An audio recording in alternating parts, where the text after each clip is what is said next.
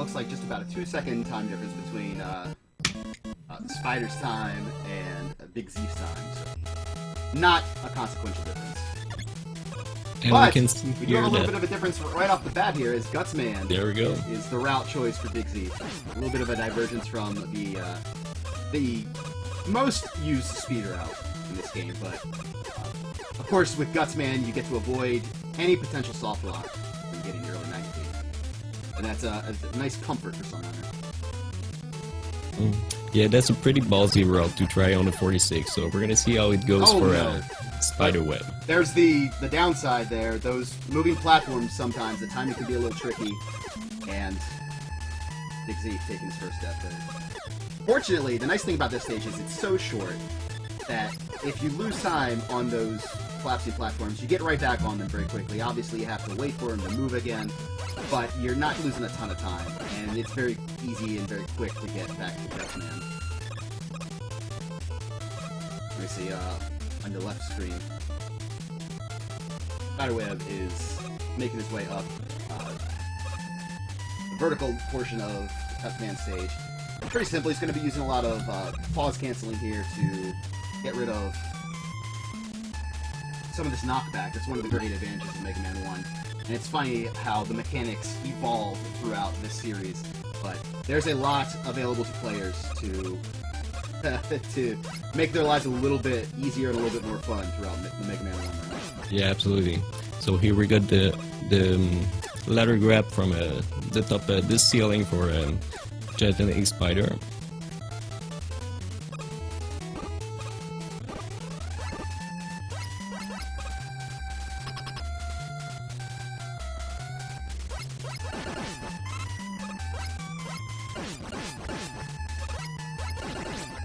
You see, even though that out. Okay, even though BigZeef was able to, or even though BigZeef went with Gutsman, you see they're both about in and died. He doing too much at once. Even though BigZeef took that death, you're seeing both guys in their respective boss rooms at the same time. So BigZeef a little bit ahead on completing bosses right now, but we're going to see this. As long as John is able to avoid the soft lock, he's going to have that early Magnet Beam and be able to use that to his great advantage throughout the run. I think the... not sure here, but I think when you're doing a Gutsman last with a beam, it's just going to save you about 10 seconds maybe. That's the difference between my best time on the both race, so... Yeah, I guess it all depends on what sort of zips you incorporate and how quickly you can accomplish those, but...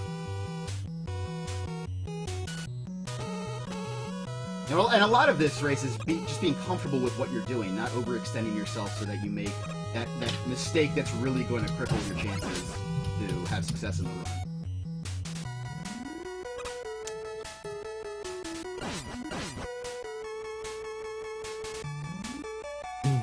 And of course, a very vertical stage here, a left-man stage. So we can see BigZeef is going to the right. It's not trying to go to the left, where there are two really sketchy jump on the Mega Man 1 Electman, and you got like Jonathan just did for the Electman stage. Yeah, he did an excellent corner jump there. No stop or anything. No hesitation. They don't save a lot of time, but I mean, if you can get it right, you're gonna save time. But you can lose. It's pretty ballsy to try that on a 46. You need to, if you miss it, you're gonna lose a bunch of time. Yeah, we've already seen a couple of racers fall down attempting that jump, and that you're losing again, like you said, a lot of time that happens. So, yeah, it's not on the tournament and a race like that. It's really about what you can try, and you know, with the tension and I mean, you got 400 people watching you, so there's you need to. Oh no! To be sure about your tricks. In jail! Oh, is there a soft lock? There it is. Our first soft lock of the tournament. So this is broken really, the ice, really and now costly. it's just guts. He's not even going to attempt it again. So yeah, we can see a lot of time on these tournaments. I mean, safe strats are usually the key. If you're really confident, you can try it, but things like that, accident can happen. So it's really, on the first game, it's really costly to start with like a 4 minutes delay. So And so there's the nice advantage of going with Guts first. You get the super arm, and you can very quickly defeat Cutman. He's easy to beat with Buster only, but it goes down a lot quicker with his weakness weapon.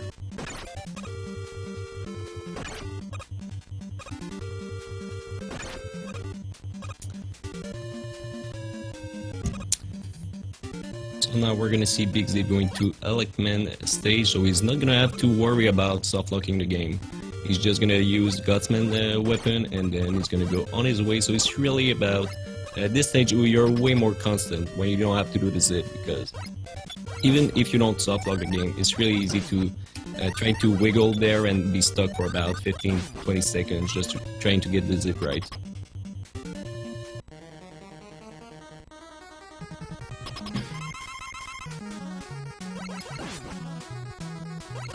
So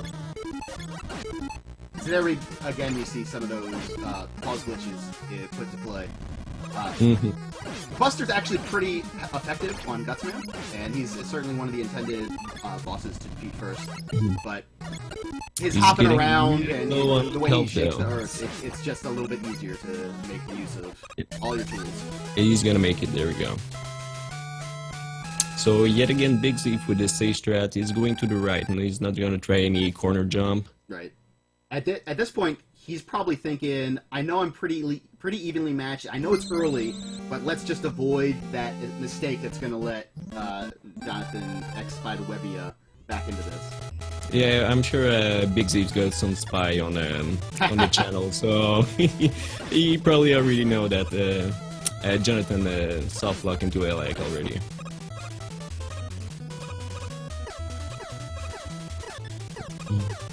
Excellent jump up that ladder there. It's a little absolutely. bit of precision movement to save a couple seconds over the course of the stage.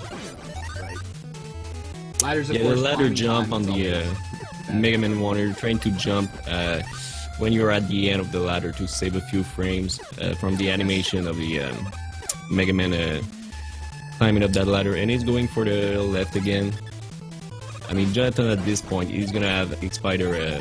He's gonna have to go balls to the walls and really, absolutely try every skip and zip probably to gain the time that he lost. But at the same time, I think he wants to make sure that he doesn't overextend himself. Still, there's a lot of game left to go. We're still only in our first run. That's a long one. That's a marathon for. Right. I'm pretty sure that is, for a lot of folks in this tournament, probably the longest speedrun they have ever done, so...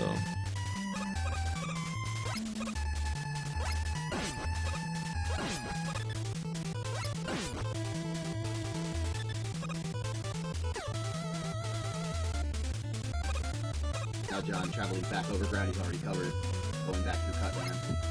Fortunate victory with soft lock, going to early Magnafine.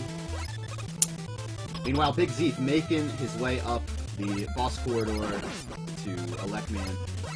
You can use some Magna Beams to do a little fancy footwork and jump your way up here, saving some time, but if you're not, it's pretty demanding time, and if you're not comfortable with it, it's very easy to take a lot more damage and lose more time by falling. So, the discretion, the better part of Valor here. And, his health is a concern. Any hit here, he's going to die, but no, he gets the last hit. There we go. Down goes Electman. So a little bit surprised they didn't use the post buffer on that leg, though. Yeah, that's one where you see a lot of folks not use the pause buffer, and if you address Electman just right, you can basically stare at him right in front of him, and he'll never hit you. But if you don't know that, it can get very scary very quickly, because the Elect Beam does so much damage. Yeah, he's probably the most dangerous boss in all Mega Man 1.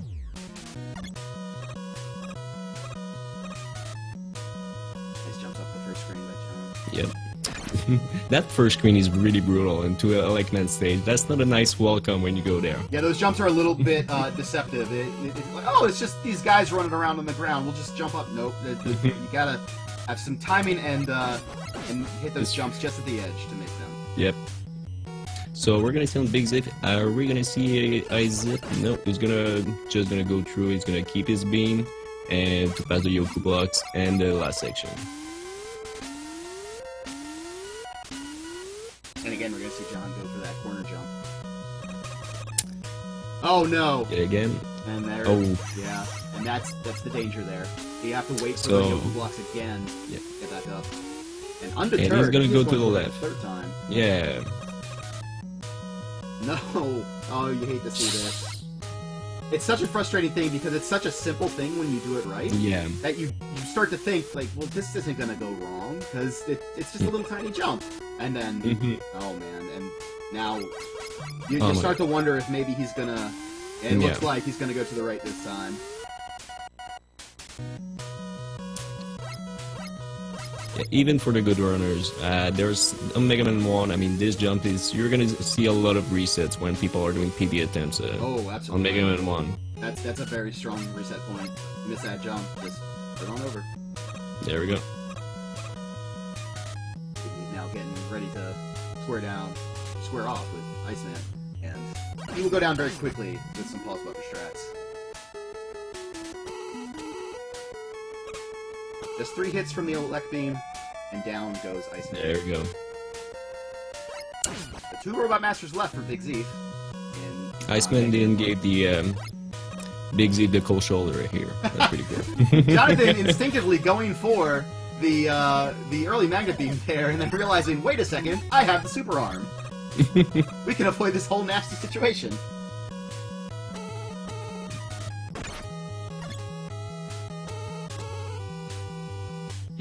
So we're gonna see if we're gonna have some zips for BigZeef on the.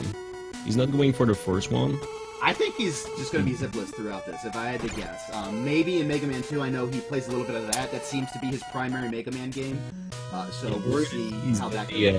But you know, Mega Man RTA, I saw that he's got a time for Mega Man 2 zipless. 33 something. No. And he gets knocked off that ladder there into the lava, and he'll have to start the stage over again. A pretty long That was a screen to long have time to, ago. Start over.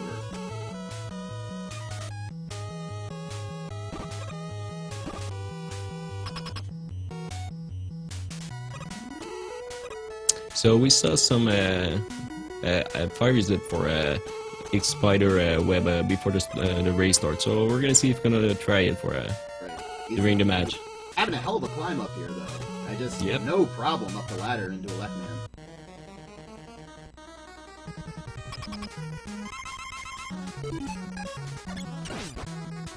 It looks like he knows just how to handle a left man. Easy. There we go. No problem. Nice one beam placement for Zeef there. Make his way up there. His flame pillar room. Yep. And there is a free zip coming up here that we'll see if he takes. And no, he's not. He's not even bothered with that one. Nope.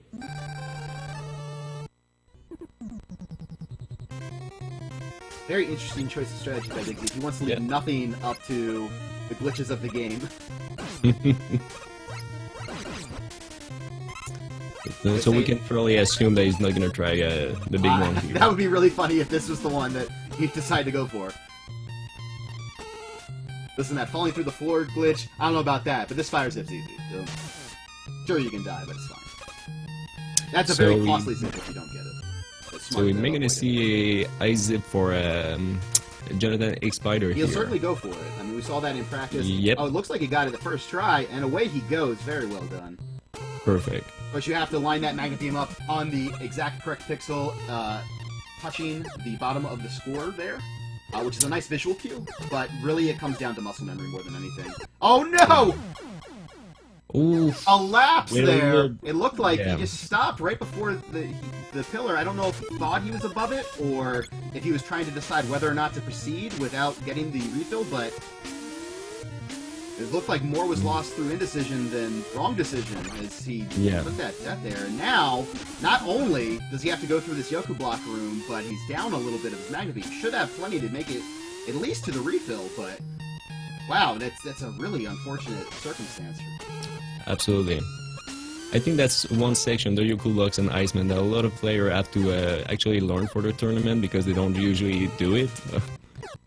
So, just to be sure for safe strats, if everything goes wrong. And I always feel that maybe it's just because of lack of practice, but to me, the Yoku blocks in Mega Man 1 are just a little bit different timing than you see in other Yoku block sections of other Mega Man games. Yeah, absolutely. I think they are the worst. It seems like it. They seem to go away very quickly. And like, it's just the moment that you don't want them to go away. Yeah, it was a first try for a Mega Man developer, so that's right. I think I think they make it up on the other game though, because you have to go right, up, left, and wait a little bit. So it's a puzzle. Right.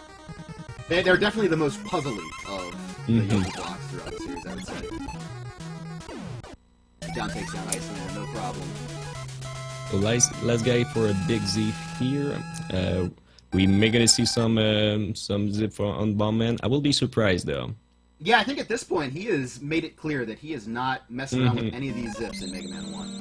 It'll be interesting to see what he does in Mega Man 2.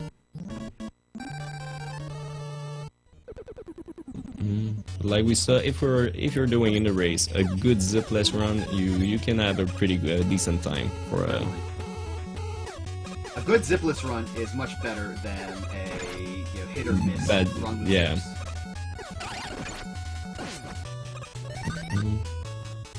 So no zips for JonathanXSpidewebia for Yeah, he went for it, but just didn't quite get the magnet beam placed just right, and decided to save some of it, it looks like, for some of the other tricks throughout the stage, or just some of the navigation technique with the magnet beam.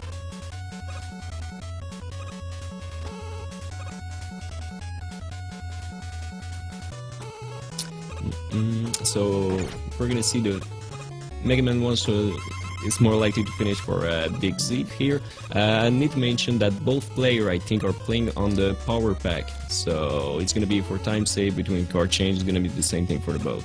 Oh, a nice zip here from a spiderweb on the Fireman stage. Nice. Cool.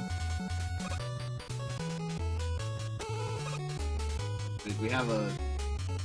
The stream is moving for those watching on Speedruns Live. Seems to have paused for a moment. We got in the chat BigZeef saying that this game froze on final hit. I mean, he's certainly... Very clearly, he was going to get that hit without taking damage.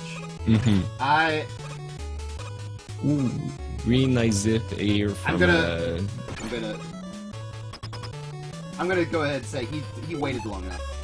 And that seemed to me that he got... That's an interesting circumstance. Absolutely. I hope that doesn't come back to haunt me. With this kind of tournament, we got 40 people here with different setup and different... I mean, my concern yesterday was I didn't want my computer to crash during the race. So we got to... Everyone had to go through some problems and... Now, again, we see a zipless route first, starting with Quickman, a man after my own heart. Yep. This is the route that I used to learn this game originally. Love to see it. Quickman a little bit tricky to... With the buster, you need to be really aggressive. And here you don't want to take any shot from the salsa ball. That's how I call them. The salsa because ball? they're doing... they look like a salsa ball. And... sorry, go for it. Oh, no, that's fine. Go ahead. No, you really need, because they're doing a bunch of damage, and it gets really complicated for the fight with Quickman.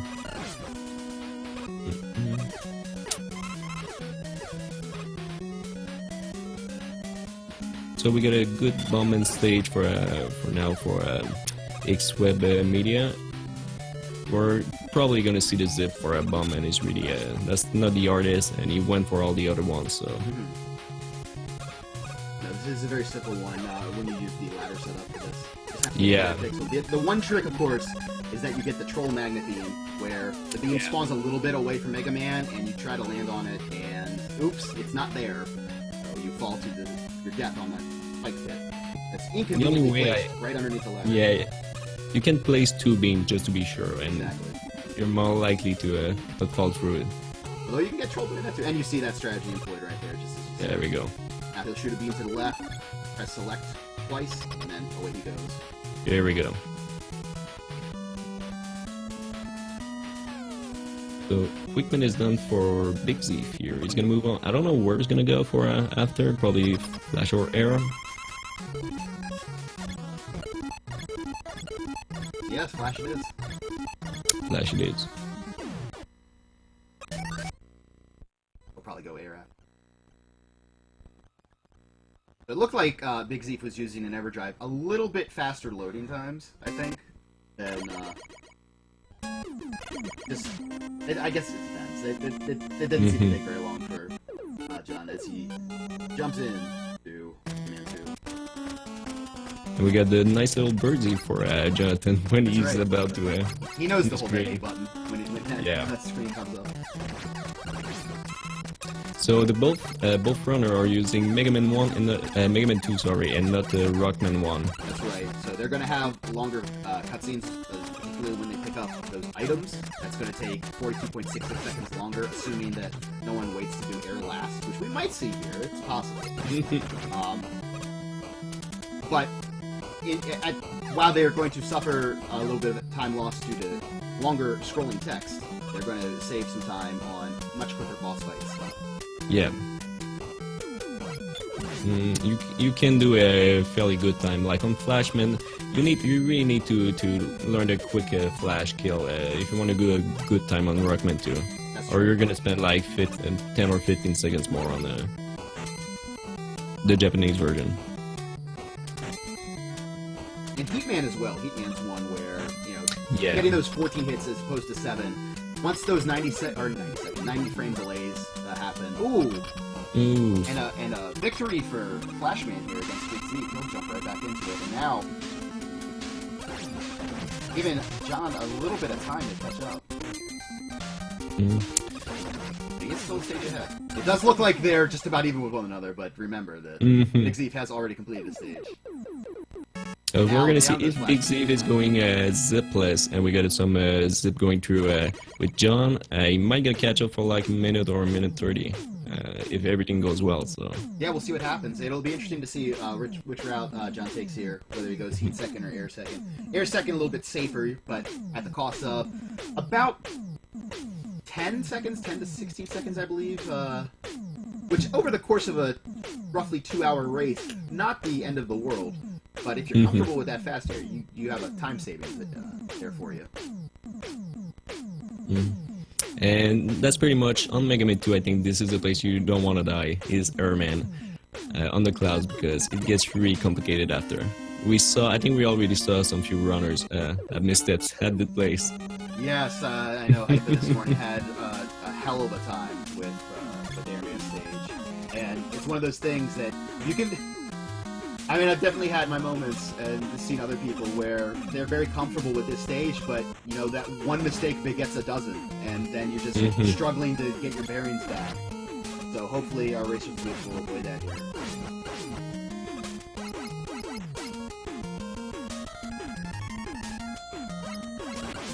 So we're gonna see. You can actually... these cloud platforms. Yeah, John, I don't think he's even gonna try to make the other guy dismount. He's gonna go for it and shoot. There we go. So that's a dangerous guy. After that, it's really once you get that guy down, it's really easy. This is a Paul's here to move a little bit horizontally while he's in the air. A very favorite of mine. Heavily abused. So BigZeef didn't try for the quick cloud here. You can save with a quick cloud. You can save about 6 seconds, I think. So. Of course, the nice benefit now is that both of our racers will be able to avoid the Yoku block section in the He-Man stage by virtue of getting item 2 in the stage.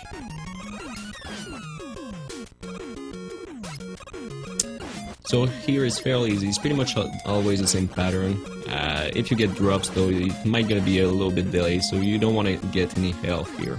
Right, and the birds are gonna spawn always at the same place. There are a ton of drops in Mega Man 2, especially compared to Rockman 2. So this is definitely a section where if your health is taking a little bit of a hit when you're negotiating those drill fans or the lightning awards, then you might want to be very careful about how you proceed. Those platforms, not trying to pick up all the health, because Airman 7 shots, not so bad. If your health is low, you can be a little dangerous, but as long as you have half health or more, it's not a concerning fight at all. So a really good pattern here from Airman to BigZeef. A little bit less for John here though. but we didn't see the BigZeef trying to get hit by the tornado to actually try a 2-cycle or something.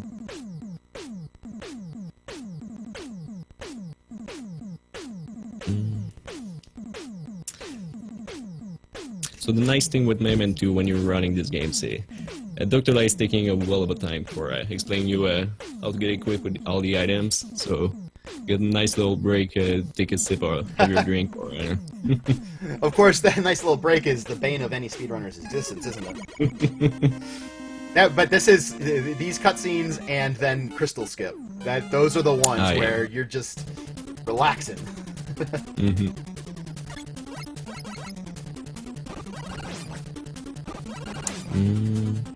So look like we might have lost BigZeef.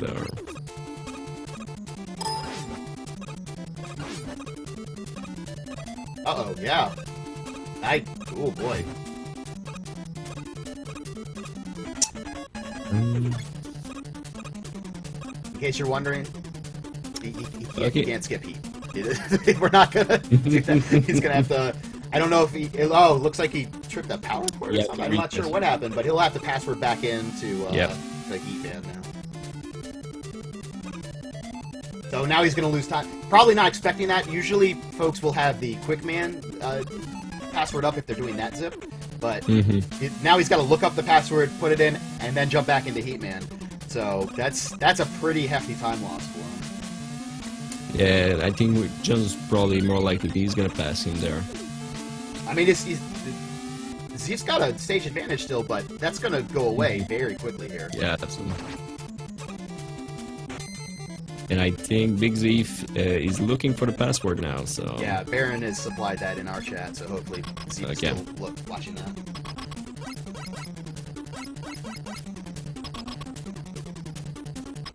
There's a, as Baron is linked in chat there, a wonderful password generator for Mega Man's 2 through 6.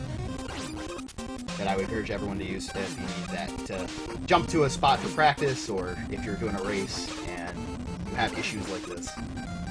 He is back in it. So, there we go. But he's going to Metal Man, actually, not Heatman. Did I...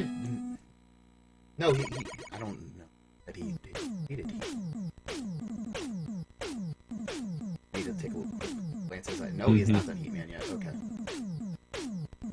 That's always the funny thing when you see people diverge just a little bit from the route that you expect them to do.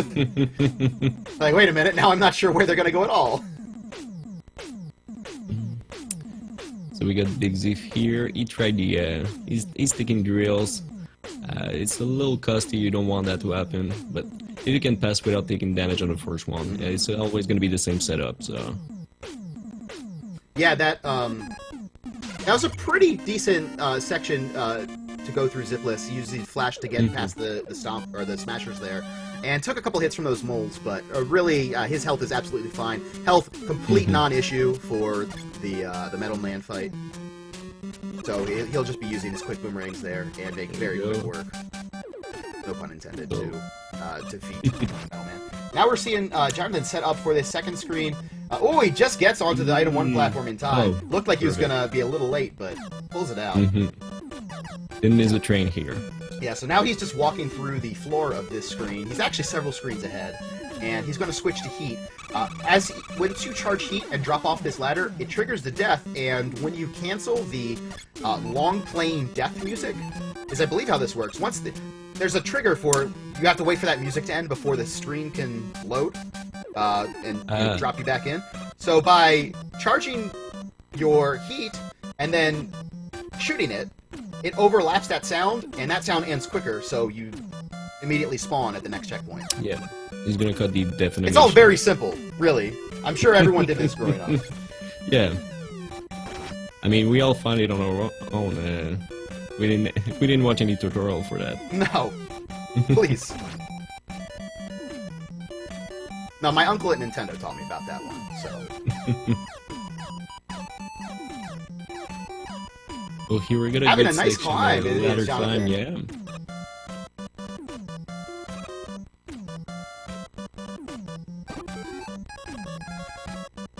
Now, of course, Metal being the weakness for Bubble. Bubble Man up next for Zeef. Grip bit rate. So we're not gonna see any item 2 over the frog here. It looks like he's gonna item. Yep. Okay. Oh, what happened? It looks like his console just decided to reset for no reason. I don't know if he might have an issue with his power supply for his console or what. I've definitely seen that where I don't know what he's using. I'm not going to speculate, but I don't think he's pulling the cable out or anything. I don't think he's tripping over it. And so I don't know if he's got a modded system. Maybe it's over here. I don't know. There's a million things that could be going wrong. Yeah. So a bizarre turn of events.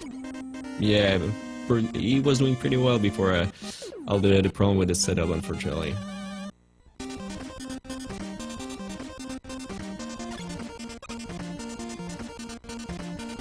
And right now we're at 4 Robot Masters apiece, so we're essentially tied, except that John's still going, and he is gonna probably have Quickman close to, if not defeated, by the time that John's able to jump back in here. He's talking about perhaps having to go to Emulator, and that's a pretty significant change. Emulator's not so bad, but you know, when you're used to console, there's just that little bit of difference that you have to account for. Everyone who's playing on the console, they don't want to go back on Emulator, that's for sure, if they even play on it. And you don't know that you don't know whether or not his controls are set up for Emulator or anything. I mean, it's there's a ton that could be going wrong here. That's right. Shoutouts to Z for trying to pull through all of this just utter nonsense that's befallen him here. You couldn't make this stuff up right now.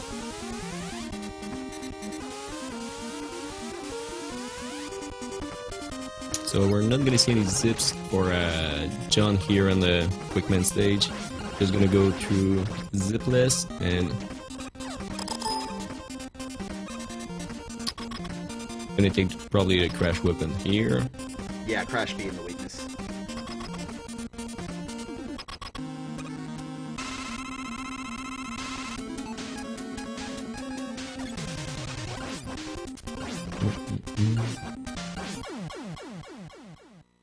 There we go, so Quickman is done. So 3 more bosses to go on Mega Man 2 for John here.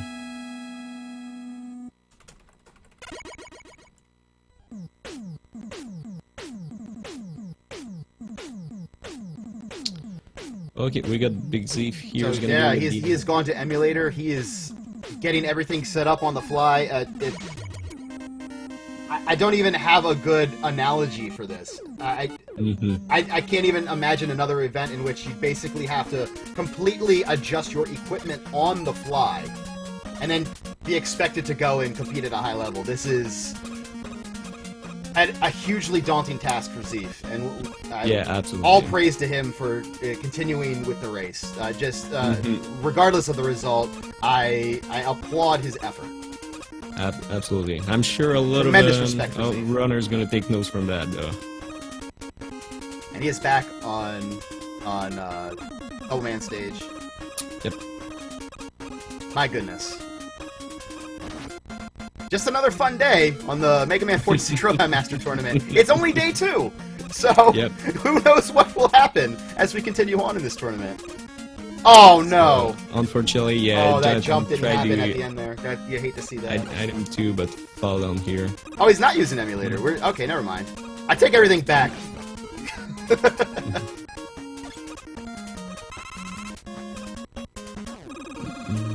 Regardless of what equipment he's using. I don't know if he switched to another console or if he just is giving this one another shot, but good for him for trying to sort out all these issues.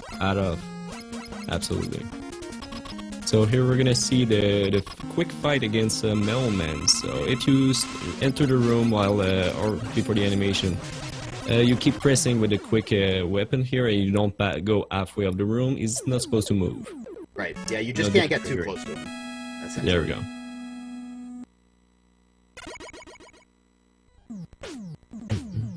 So we're gonna see here a zipless Bubble Man, so you gotta be careful with these specs. We're gonna see the water Metroids right here for the first time, I think, in the tourney. Excuse me, he's not used to using Emulator. So it's going really slow here. Perfect. Take out the shrimps. So here we see John is not taking the item 2 to pass over the to pass over the bunny here. He's going for a zipless strats here. I don't know if we're gonna see any good wood from Jonathan. I think so, because he's taking the flash already. So he's probably oh, okay. So it looks like you intended to use flash and it was going to do this little tiny zip here. Maybe was a little late on it, and then just decided. Oh, then he gets the zip anyway, which strictly is not needed at that point when you kill the first dog. But no problem with Why it. not? Now he's going to have to wait for flash to run out a little bit here, but no big deal. He's not going to be going for Goodwood. We will not see Goodwood here. I'm pretty sure he heard about the, he's got some spies too, so he heard about the trouble BigZeef went through with the console and everything, so he's just gonna play it safely here. Yeah, that's probably a good idea.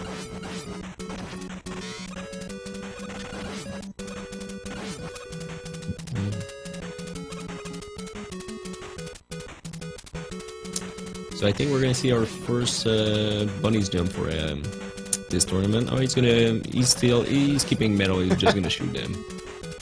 I mean, you have essentially infinite metal, so why not? Yeah. I mean, this weapon is so overpowered. Yeah, it's tremendous. In the history of Mega Man games, it's very high on that list.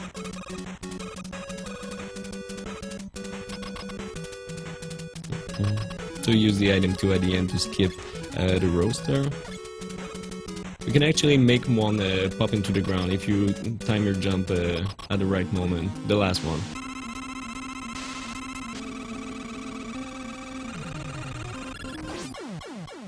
There goes Woodman. There we go. One shot, one kill from the heat on the Mega Man 2. Rockman 2 would take 2 shots. So last boss for John here on Mega Man 2, and we got still 3 bosses to go for BigZeef.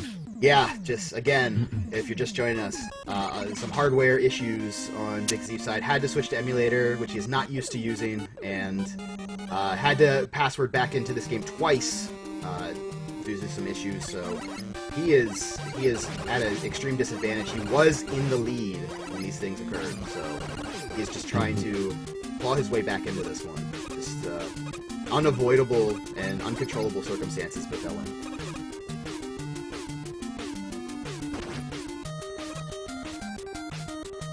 So we're gonna see, he's gonna pass the block section, the Yuku block for an 8-man. Because you can pass with using the item tree, or you can do it really efficiently with the item 2. But you gotta be careful not to run off item 2.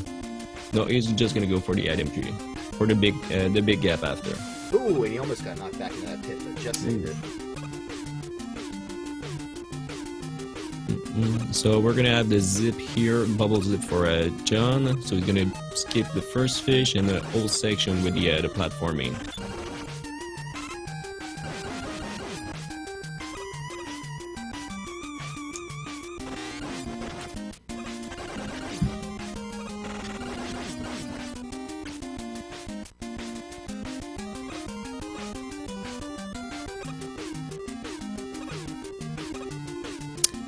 So John is on the crab session here. Usually it doesn't cause any problem, but you can see, I think I saw someone die here at this place once. I suppose, theoretically... You don't want that to happen, though. Those spikes, you know, yeah, if you didn't know, if you were unsure about where those crabs were spawning and you stopped, then I suppose that could happen. Very quick to jump out of these after the final hit. There we go, and it's gonna be a few moments there. Mega Man 3, Rockman 3 actually for John. I don't think there's any difference between there's difference between the both versions, but for the 8 Robot Master, it's not gonna play a lot. But I know with Mega Man 3 on Rockman 3, when you get it and you pause the game and unpause it, you're gonna keep your iframe, but you're not gonna do it in Mega Man 3. So that gives you 2 ways to fight Gamma at the end, but we're not gonna see Gamma. No. If we see Gamma, then something has gone horribly, horribly wrong.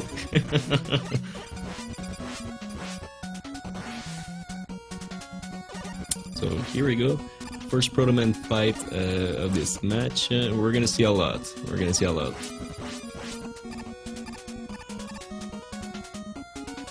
So here, I know John is a pretty good Mega Man 4 player. I don't know about Mega Man 3 though.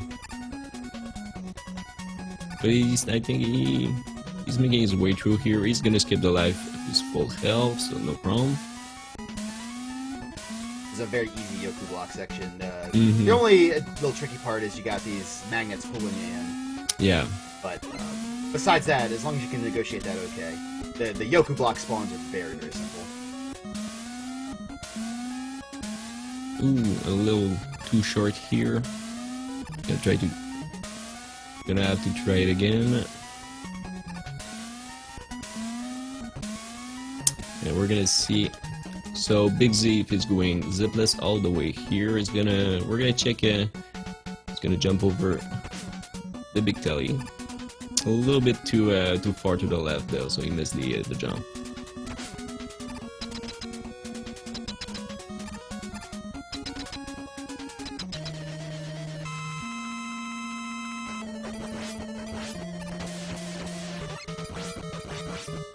So magnet fight for JonathanXSpidewebia. He's gonna wait a little bit. He's gonna take it safe here. Takes a long time for a magnet to actually when he's doing the shield like this and he's trying to suck you up. But there you go. That is done, and we got a climb here. Pretty nice climb for BigZeef. He's using the item tree to get knocked down right here on the item instead of dropping down the ladder.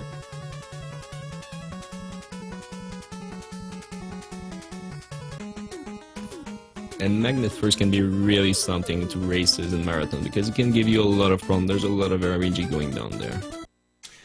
Yeah, if he does his magnetic power, you can hit him and take that damage, but you can't take too many hits from him, otherwise yeah, it's lights out for you. And that, of course, costs you more time. But if he jumps up in the air, you can at least avoid his magnet missiles pretty easily by standing right underneath of them. It looks like John's pretty familiar with some of the strats to get here. He did a very good job using those magnet missiles to get rid of those bees. Used the rush coil to try to take down that third bee. Didn't quite get the job done, but the time is a little tricky on that. That one is not an easy one, yeah. And you don't want the bees on the Hardman stage. They're lagging the game so much. Yeah, even if you can get rid of one of them there, it actually is quite a benefit. So he was able to do that.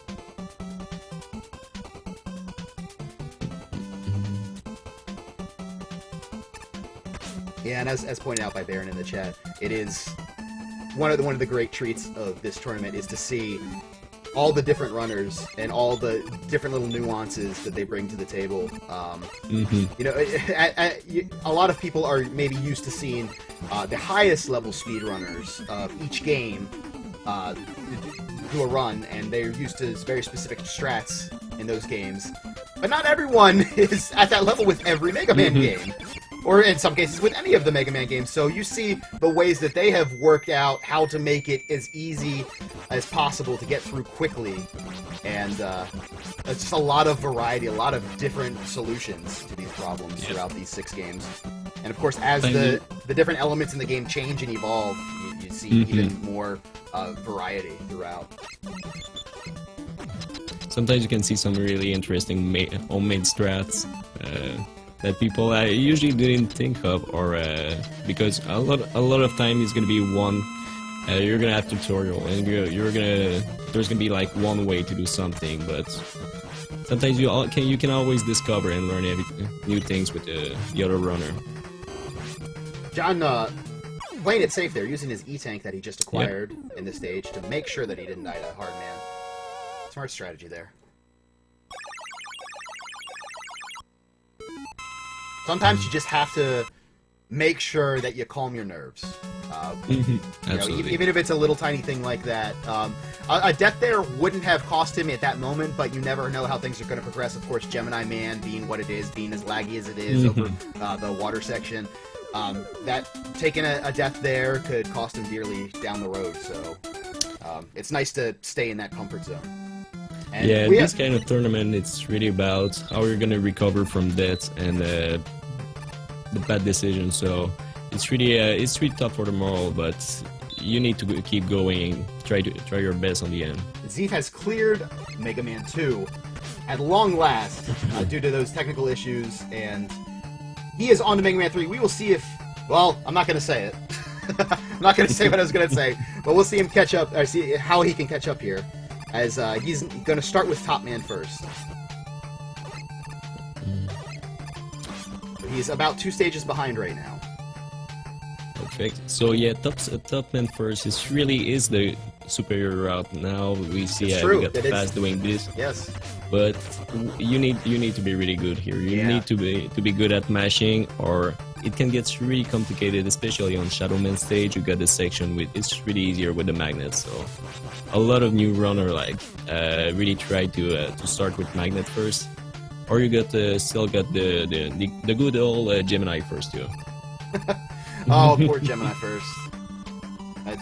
We did see that earlier today. We did see a Gemini first run, but boy, at this point, I think it's really nice that we have options to not start with Gemini first. Personally, it's not so bad, but given the choice, I would prefer to not do Gemini first.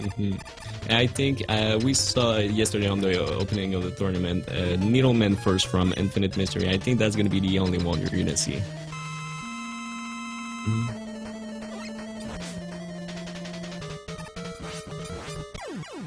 So BigZeef is making his way through with the big cats here. There we go.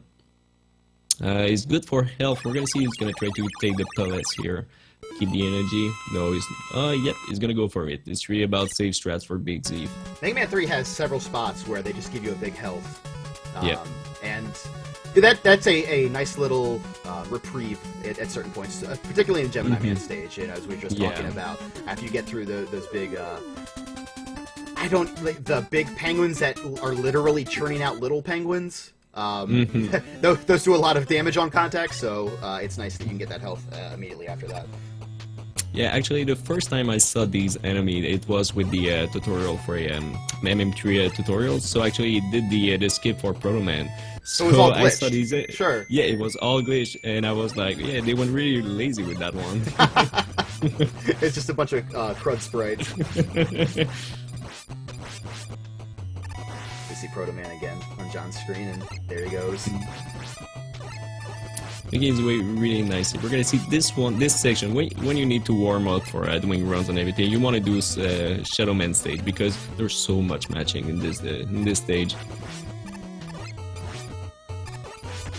There you go. Nice little shot on the grenades. Top Man down to BigZeef. Needle. So. That's gonna be interesting.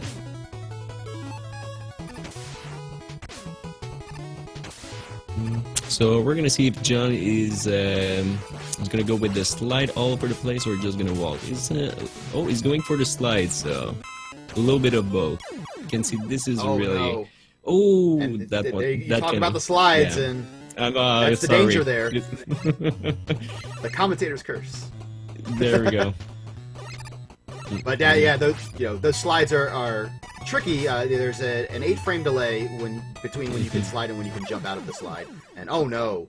And we talked earlier about making sure that he didn't take that death to Hardman, and he would have game overed right now had he not avoided that death. So the strategy is paying dividends right now. We'll see if he can make it through here on his last life without dying. I don't believe he's picked up any extra lives here.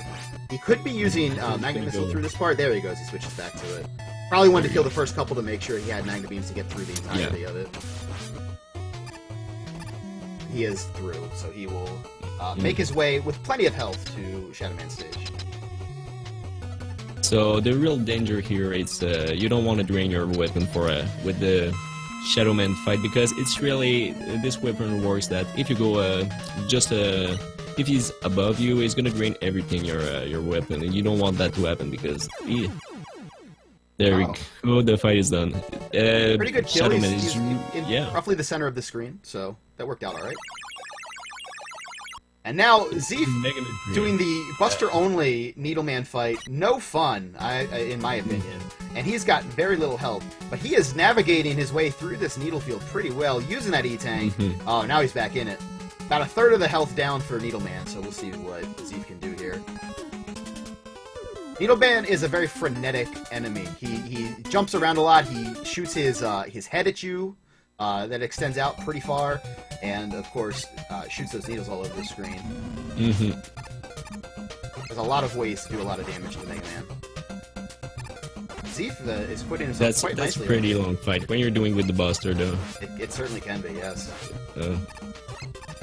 So we're gonna see. This is one of the I think worst section One probably. shot left. There he goes. Zeef gets Needleman down. Nicely done. So here you want to be smart with you want to be fast, you want to be precise, but you don't want to be you want to be smart about your slide, because you can easily go through fall down here and lose a lot of time in this section. Yeah, those penguins do a ton of contact damage, and their eggs do a lot of damage. And there's the game over. At least he was on the first screen of Gemini, so it's really not that big of a loss as it could have been. Like, if he had game over in Shadow Man where he was at, that would have been a significantly greater time loss. Yeah. If you can hit these fire pillars, if you're not jumping over them, they actually just do 2 damage. So with those fires being so close to the penguins, you can kind of use that to your advantage and deboost through them a lot of the time.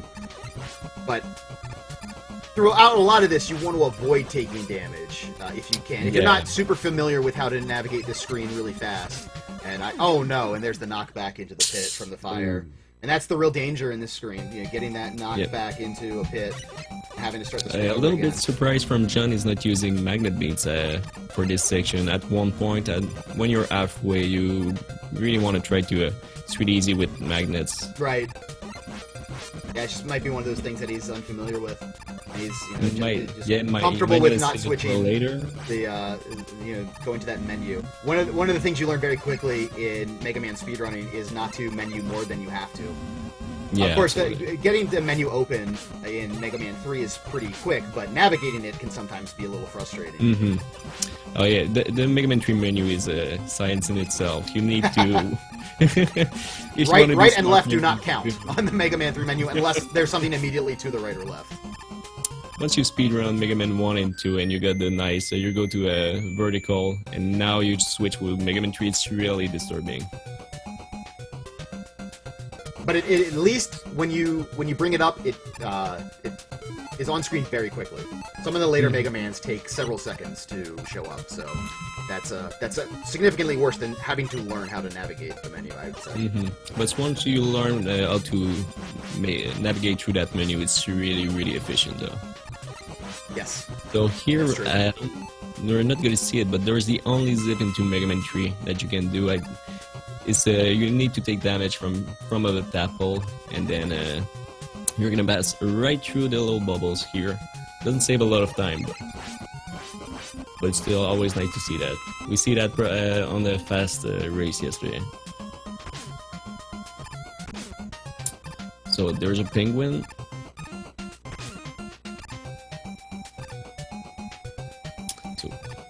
Nice fight for, I didn't see it, but BigZeef went out of the Shadow Man fight with only one bit of life, so... And here we see the Rush Marine strats. There we go. Playing it safe here. And there we go, he's gonna take the life E-Tank there. He's just getting it all. He is not messing around. Yeah. He says, if they're gonna give me these things, I am gonna take them. I love that you can be in this submarine and just jump on these platforms. That makes me so happy. Wants to switch to Shadow, but there you go, and you see the menu. He pressed left and went to the next screen. Press start to exit the menu, but oops, then he wasn't. He was on the other menu instead. So Hopefully he's not gonna take any damage here. There we go. So he's got plenty of E-tank. If the fight with Gemini, it's a little bit more difficult. You need to be careful here when you fight Gemini. You can actually soft log the game, so you don't want that to happen. Well, that's true. It's been a while since I've seen that, but you can do that. On the first time, when I first started to speedrun Mega Man 3, I soft logged the game with Gemini like quite a few times. Really? Like, with some consistency? Yeah, I think it happened 3 times, and once it was on the goodness. plus 3 fight, and I wasn't using, I think it was Gemini. The only thing is because you don't want to be really close to a Gemini and start mashing. This is when it happens. And it's fairly easy to do, so I was really surprised that nobody was actually happened to anyone.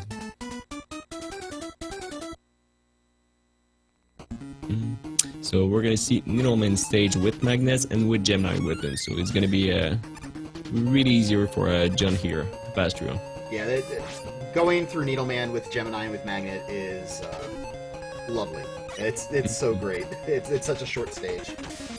Hence Friedelman. The only thing that is not free in this stage is gonna be the fight with the Needleman itself. Yeah, watch out for those. Not really hard, but yeah, the worst enemy here is gonna be a Gemini weapon, so you don't want to miss a shoot there, or you're gonna waste 20 seconds here easily.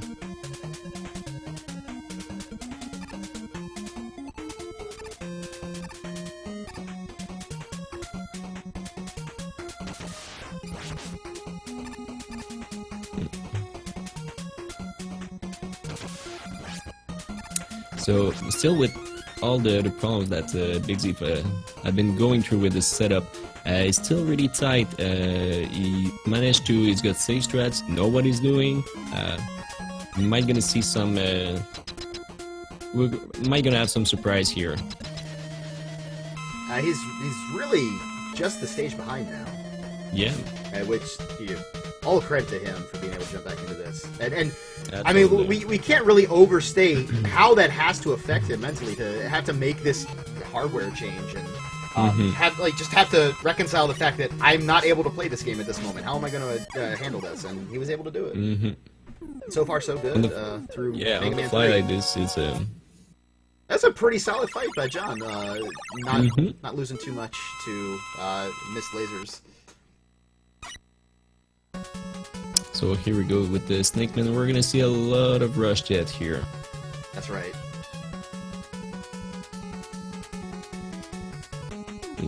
And I think it's one of the stages that you really need to fight the like on Gemini stage. And something is when you pop out the Rush Jet, it's 2 sprites, so yeah. There's gonna be a lot of lag sometimes, especially with a big snake head. Yeah, there's just a little bit of lag in Mega Man 3. Just a touch. And of course, yeah, Snake Man, one of the worst defenders.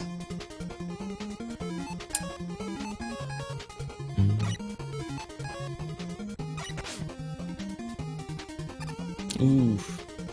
Zeef wisely using the Rush Jet to get over there. Yep. Taking a couple hits. An unfortunate hit for John here when he went through the ladder, get hit by the first. That made him a screener wrap, and he actually had to go all the way up again. So we're gonna see Rush Jet, and he's gonna go at the top of the screen and start jumping here, not to drain the power of Rush Jet. So that's something where you're not on screen with Mega Man when you're using the item. The power is not gonna drain, so you're gonna use it here and on the Duck Needle stage, which have a fairly long part. Which of course we won't see in this tournament. No.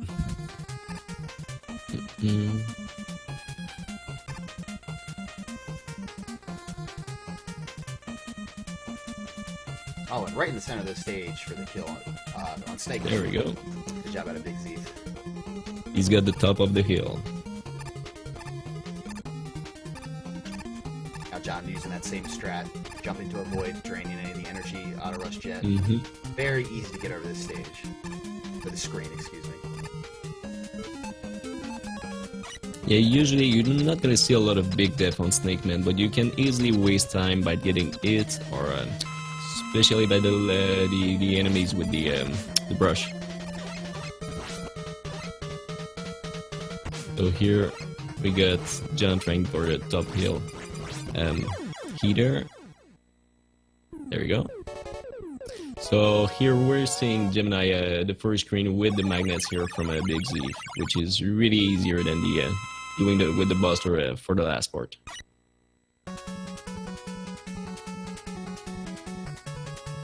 Just one more Robot Master on Mega Man 3, John. Sparkman is the last.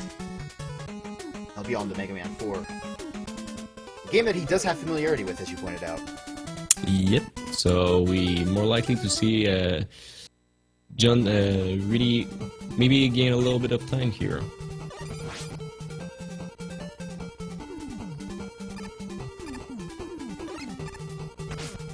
Slides right at the edge of the screen. Oh, and doesn't jump in time.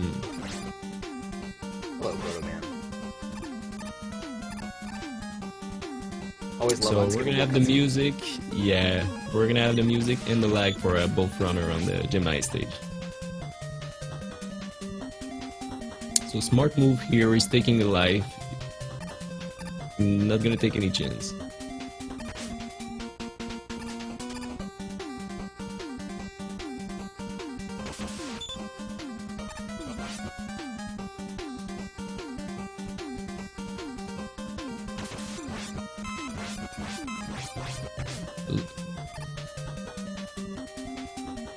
There we go. So unfortunately for John, he doesn't have any more magnets weapons. So he's gonna have the blocks with a little bit of lag. Usually you want to use that weapon or the Buster to get through. Oh no, this is a smart strat by Zeef here, using Rush Jet to get over these penguin churners. Yeah. What a weird enemy, by the way. It's Mega Man. There's a lot of weird enemies, but I don't know. That's a really uniquely strange one to me. And yeah, just using Rush Jet very well to his advantage here. Able to really not worry about any of this underwater section where you just fall to your death. Yeah, absolutely. That's really a smart move here. He's thinking about that E-Tank for a second there. He might have just been trying to dodge the fish that shoots a missile up at him. He's got, besides the lag to deal with, he's got himself a very sound strat right here. Yeah. And he gets the E-Tank at the end of the screen. It is right there for the taking. And Yep. down goes Mega Man 3 for John. He is on to Mega Man 4. So it's gonna be interesting. Are we gonna see some Pharaoh, or is it gonna be Brightman first? And there's your answer. Brightman will start this one off. There we go.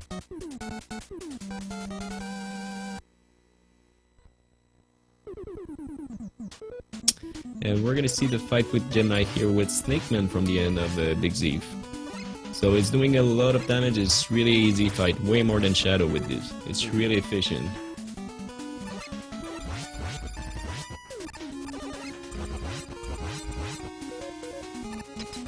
Now, Mazabov, I know primarily you're a Mega Man 1 through 3 runner.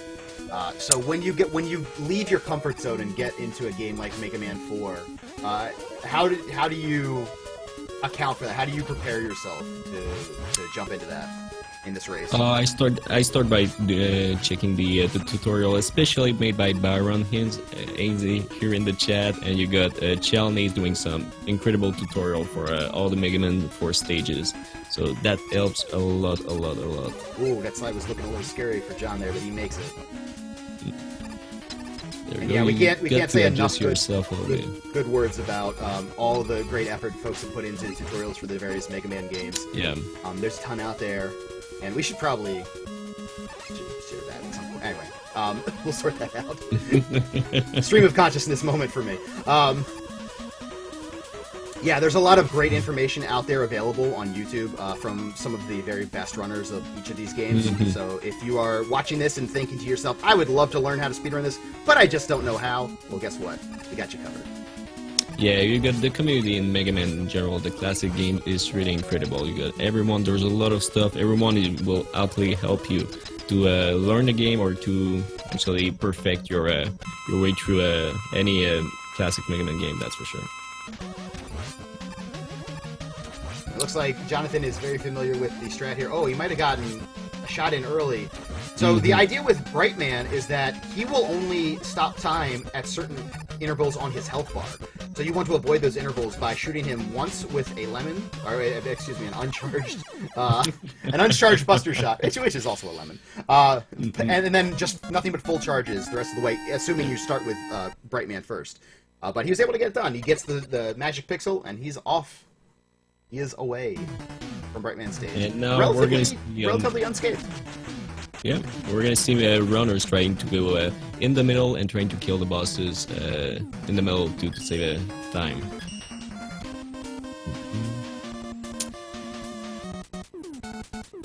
So pretty nice pattern here for, well, not so good in the end for BigZeef with Sparksman, and according to you just have to do Artman still, and it's gonna be off with Mega Man 3.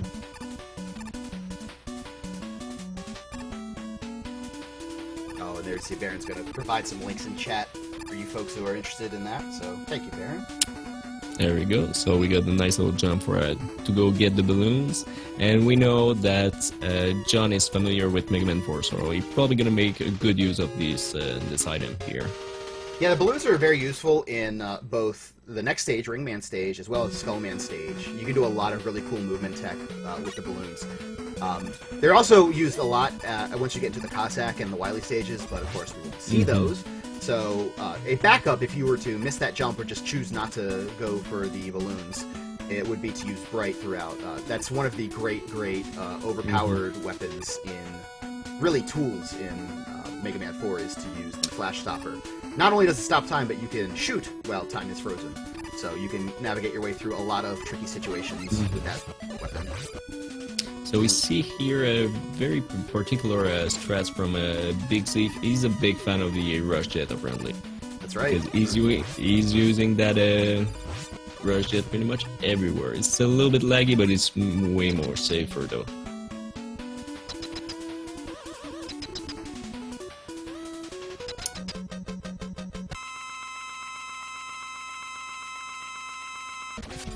We're gonna check this is gonna be the fight against I just call him Egyptian Man because I can probably say Pharaoh though. That's pretty close. You're in pretty good shape. There you go. Yeah, Pharaoh Man is a very, very easy boss, particularly when you know how to handle him. He can kind of jump to particular zones. This is from the Chelny tutorial. He kind of has zones that he will navigate towards. So you can basically stay right up on him if you have an idea about how he's going to move throughout the stage or throughout the room, and he goes down very easily. Once he flashes, you jump over his big shot. It's pretty simple. Yeah, one of the easiest. When you start learning the game, I think Ringman is one of the scariest, but in the end, Ringman no RNG to Ringman. Always, he does always the same thing all the pattern. time. So once you learn it, after that, that's right. You're okay. That's the real trick in any speedrun, is getting that knowledge about what's going on that you can incorporate into... I mean, you don't have to necessarily do everything that everyone else does, but you have to have a general understanding about why things happen the way they do, and that's when you can kind of take some liberties sometimes and make things work to your advantage. So we're seeing a very nice climb with the balloons from John here. Yeah, you went really well up the rainbow pipe section. I guess that's what you call that. Rainbow platforms. Yeah, pretty much. Those disappearing rainbow platforms. And we are done with Mega Man 3. I don't want to jinx it, but we got through Mega Man 3 without any tech issues for BigZeef. Yep. So maybe we're out of the woods now. Maybe. Although I will say if his emulator fails, then that's a real big problem. Because that probably means his computer is fair. I need to stop talking. I am just, like... I am just piling on. Everything that can happen here. I take full responsibility for anything that might happen to see from now on. So, there we go. Really tough jump here. Brightman is, I think, one of the worst stage to go through in Mega Man 4. There's a lot of places where you can die, and a lot of things can happen here.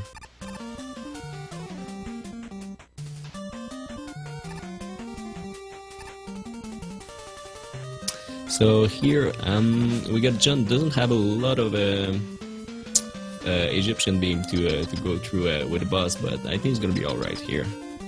It's usually, I think it's for a hit with full charge. Is that it, enemy? I believe that's right. It might be 6. 2, 3, 5. Yeah. 5 is the we split the difference on that one. There we go.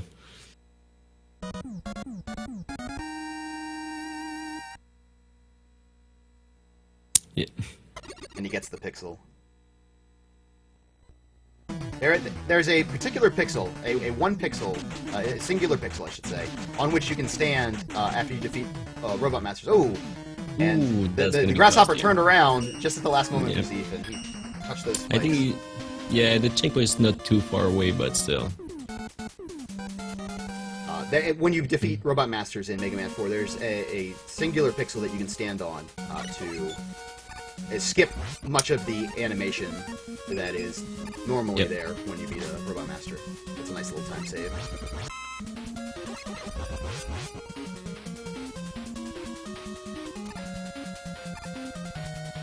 So we're gonna see if John here probably gonna stick with, there we go, right for this section. So that's a really tricky part here. It's really laggy, it's really difficult to make your way through.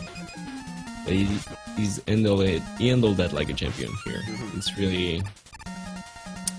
You know what he's doing, you can see it there. Yeah, you just see one of those great uses of the flash stopper. Oh no! And the lightning bug just denies BigZeef there. I mean, that shot looked point blank, and I've seen that a lot of times myself. You just sort of wonder how on earth that shot didn't destroy that enemy, but... And back to it. That's a pretty hefty time loss. That one is, gotta go across that one is really costly. Again.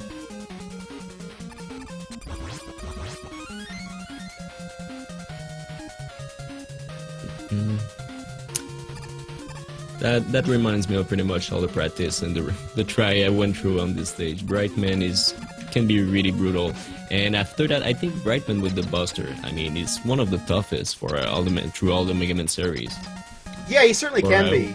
You know, he does a ton of contact damage, so if you happen to find yourself underneath of him when he jumps, that's really bad. And he only does like a diagonal up, diagonal down, and a straight shot. So while that sounds very simple, he varies them up. So if you're worried about your health and worried about getting your fully charged shots off, not shooting at the wrong interval to get him to the improper amount of health, then it's very easy to start taking a little bit extra damage, and then things snowball from there. And with just a little bit of health left, John is able to pull this one out of Dustman. Yep. And sweep away the Robot Master. You like this one.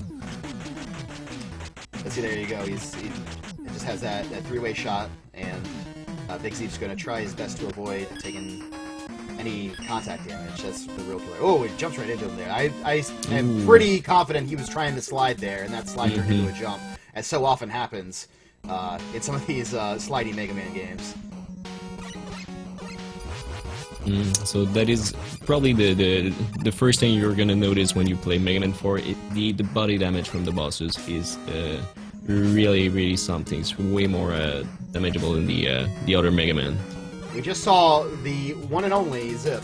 Well, technically there's a Zip and Dustman stage, but the one and only really reasonable Zip to try in this tournament from Jonathan using the balloon to go through that little platform here on Skullman stage. If he had not taken that damage from the enemy there, he would have died once the game figured out that he was in the wall. But by taking that damage, the game ejects you in the same way that it does in Mega Man 2.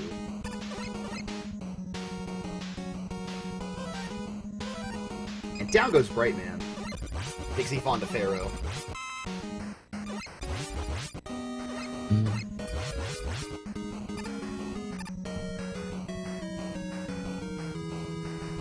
Pretty good Skullman stage so far for John here. Yeah, Skullman's such a fun stage when you know how to do it. Yeah. He's very good with the balloons and you know, switching over to the flash topper as well when you're supposed to. Making quick work of it. There are a couple of jumps in this stage that can be a little scary. They're deceptively large. But besides that, the stage is kind of a nice reprieve after doing Dustman, where you can die very easily, doing Brightman, where you can die very easily. And I guess to a lesser extent Ringman, although there's a lot of opportunities to take a lot of damage in Ringman. But there, and then you fight Skullman, and Skullman is pretty much a pushover as long as you're not super low on health. Which Jonathan actually was a bit at the end there, but no problem for him.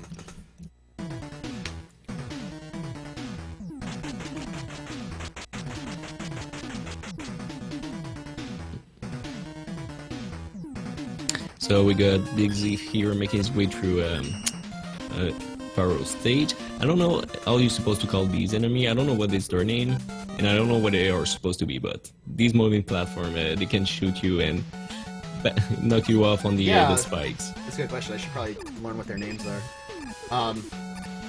Yeah, just the trick is to not get knocked onto those spikes at an inopportune time. Usually if you're knocked into them, at least you have a couple of iframes that you can work with to jump back off, but occasionally you will get knocked into a spot where you can't easily jump back up. That's usually on the earlier screen that you saw a few moments ago. Now Zeef is on to Thereman fight. He's got a lot of health here, so I don't think we're gonna see any problem for this fight. No, and meanwhile on Jonathan's screen, you see him using the flash topper again to kind of pause the mini-boss whale that's supposed to spawn before he actually fully spawns, so you can just kill him without any fear of taking any damage. It's very important to have either a lot of flash topper or a lot of health in this stage. You can kind of trade one for the other, but you want to have one that's at a good level in order to get through the stage without any issue. Because it's very easy to take a lot of damage in this stage. Fortunately, you can mitigate that by pausing everything. But once you run out of that, if your health is low, then things start to get dicey. You can switch over to Skull, but again, you want to use that for the boss, so you don't want to use too much of that on your approach. I want to slide here. It looks like that's something you can slide off of. Yep. But you cannot. You will take that death.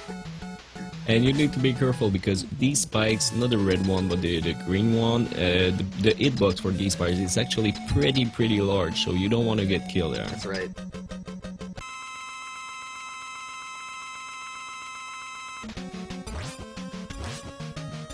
Oh no, and Zeef takes the death and the game over on Thereman stage. Oof. Meanwhile, on the other side, Jonathan making quick work of Dive Man. That's the dangerous fight. You don't want to get hit there because it's a really close one. You got Skull Shield, so you need to be really close to the boss. And if you take damage, it can go bad, really bad, really fast. So here we got the... Oh, I think what happened was maybe... Actually, I'm not sure. I don't know if Zeef beat Pharaoh and then continued by accident and went back into him and then game over to get out of it. Maybe I didn't we'll check as soon as he goes to a menu. Because yes, I know he killed he killed Pharaoh, yeah. Yeah, it looks like that's maybe what happened.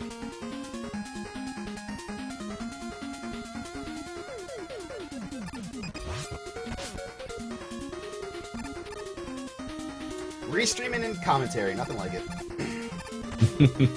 Okay, so Jonathan making his way through Drillman's stage. This is one stage. I think maybe this may seem a little silly to people really familiar with Mega Man 4, but I think this stage might be one that. Well, I'm gonna back off of it. I'm rethinking it as I'm gonna say it. I was gonna say this is maybe a stage that benefits the most from Flash Topper. I maybe disagree with that, but this section coming up that we're about to see definitely benefits a ton from Flash Stopper.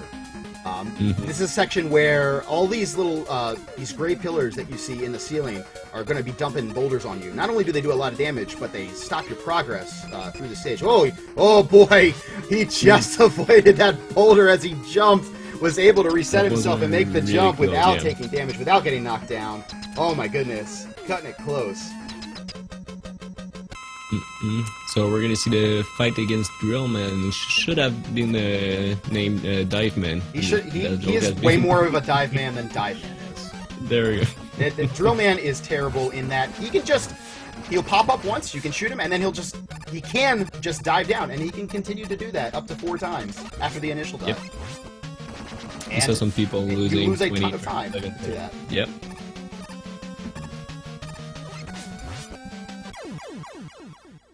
So one shot, there we go. So it's only gonna be Toadman for left for John here. We got BigZeef making his way through. He's gonna do the fight with the Ringman. He died here. It looks like that was a tactical death there. I don't think he used so. any of his Pharaoh there. His health was pretty low, so if he wasn't comfortable with that fight, that's probably a smarter way to go. Yeah, absolutely. So smart death here. For on the 46, we're gonna see that a lot because sometimes. There we go. Now, if Zeef can, it looks like he may not be familiar with this. If he could charge the Pharaoh and just do contact damage with it to Ringman, then he would avoid losing energy from it. He would get 2 shots instead of just 1. But it's okay. He switched to Buster, and he's kind of a little close here, but 1 health left for Ring. Oh no, the double KO, and double KO does not go to the runner in Mega Man 4. Oh, you hate to see that. That one's gonna be really costly because now he doesn't have any more fire weapons, so he's gonna be all Buster his way through the fight. Which isn't so bad, but man, having when you to don't do the entire fight over again, my goodness, you hate to see that. So the way Pharaoh reacts is that he will shoot a ring horizontally, and then he will shoot one diagonally down at you, which could also go horizontal at times, as you just saw there. But as long as you have your timing for when to jump to avoid those, not an issue. And there he goes, BigZeef getting the job done that time.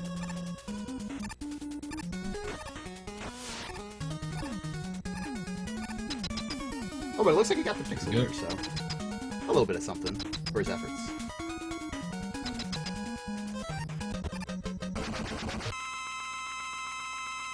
Oh, excuse me, I said Pharaoh, I meant Ringman. So probably one of the easiest fights in the Mega Man series, the one against Toadman where you got drills. And it's over, there we go. So John was really knew his way with Mega Man 4. We're gonna see about Mega Man 5. I think he said he was playing a little bit of beat lesson. He didn't post any time, but we're gonna see how he's gonna manage this game. And of course, the big what if is whether or not he will go for that crystal skip. Such a massive time savings when you know how to do that. We've seen several of our runners do that already. It's not exactly a difficult trick to pull off, but there's very precise movements that you must take in order to accomplish it. It can be really stressful when you know it's like a 50-50 when you're doing it, or when you first start doing it and you don't really understand what you have to do or how the mechanics work for that zip. It can be a little stressful to wait for that screen to continue or going black and you need to restart again. Yeah, God forbid you did that with no lives left and then you were waiting for 48 seconds to game over. Yeah, absolutely.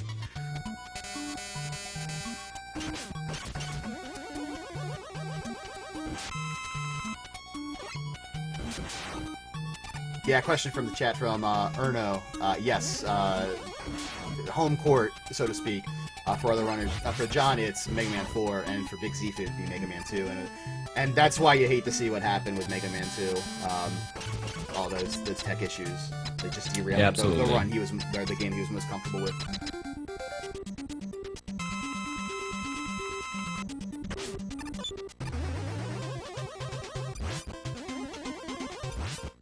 You see there, John shooting through the Star Crash. Yep. Or Star Crash. There we go. Thanks to the chats yesterday, watching the rebroadcast, I actually learned that you can shoot through the. That's right. There's so many Starman shields. shield. I mean, coming right from Mega Man 4 with Skullman, you can't shoot through that shield. So in your head, you think, "Oh, well, I can't shoot through this. Let me not even try." And then that's sometimes you have to try. Nothing ventured, nothing gained, as they say. There we go. Down goes Dustman. Absolutely.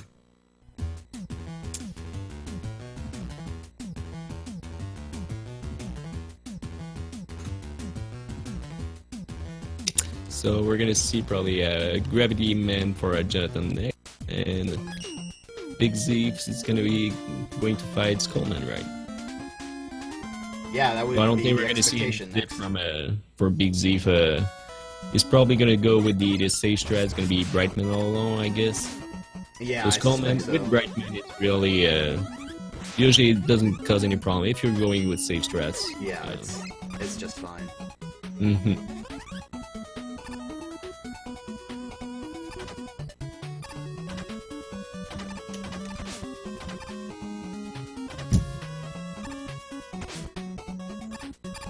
So here we got Gravity Man with the nice little mechanics of the gravity is changing for up or down. It's really and it was really well done in the Mega Man game. It can be really tricky, but it actually worked pretty well. So he's gonna take the life here. There you go. Shoot the arrow. Is gonna pass this way to the next screen.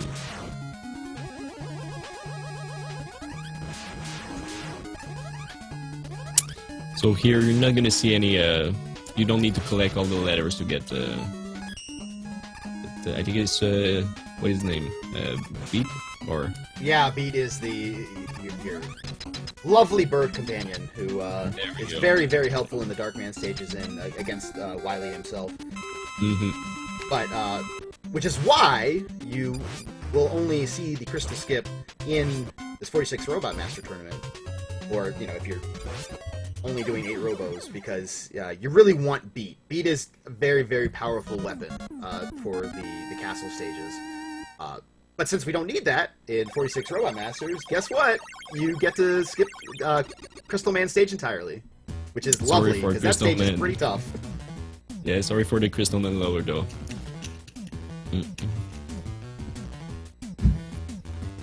So we're gonna have the fight here against Skullman for a BigZeef.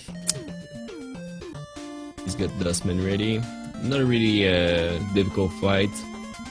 If you're, he's got a lot of life and he's gonna make it. Which we can be. Skullman can make you wait a little bit with the shield here. That's right. Zeef getting right up in his face though. Very smart strategy. So here, nice arrow trick here for John. He prepared himself on the elevator section. Just shoot twice. You have to jump when you go through the screen wrap, and then you try to shoot an arrow and land on it. So John doing a great job of navigating with these super arrows. He's making it look very easy. Absolutely. But I'm here to tell you, it's very easy to place those arrows, especially on that second or that, I guess, third screen or fourth screen technically. When you climb up that ladder and place those arrows, very easy to hit those little satellites that are floating around instead of just attacking them and jumping over them. When you're traveling through the air on your super arrow, it goes much faster than when you shoot the arrow at them. And oftentimes the arrow that you're on may hit them instead of the arrow that you're shooting at the satellites, which can be very frustrating. Oh, we got John here trying to entertain a little bit of the viewers with a really risky jump under the platform. He's hunting for zips is what he's doing. Yeah, he's having fun. Seeing if he can get caught up in the ceiling of this this moving screen. He made it through though. Well, once you put these kind of tricks, you need to make it to make it through, or it's really embarrassing. Yeah, that would be bad if something happened there.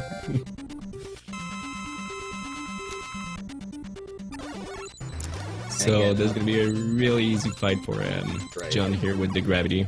You only have to wait a little tiny bit of time between your shots to make sure that they all land, and as you see, you have just enough to defeat Gyro Man. So you can't miss any of your shots if you want to just use the gravity hold. You really just learning the pattern here, the rhythm actually. And if you're not sure, you're just doing it like really slow, and you're gonna be you're taking your time, and you're gonna make this fight through really easily. So this is one on Diveman got BigZeef. This is one of the hardest section I think in Mega Man 4. It's really stressful for a new runner there. It's certainly harder for me.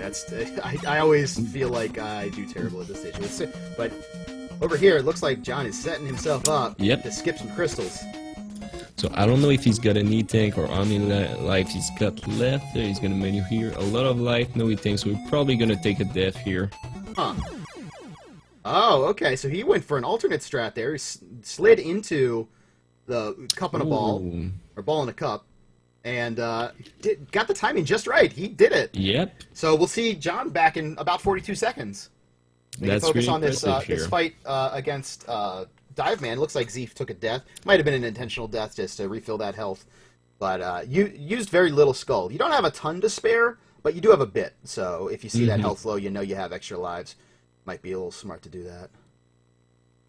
But essentially, Diveman will charge at you about 3 times, and then he will shoot a torpedo, and you can absorb that with your shield. And well, there we go! He's back! Fear not! He has returned to the waking world.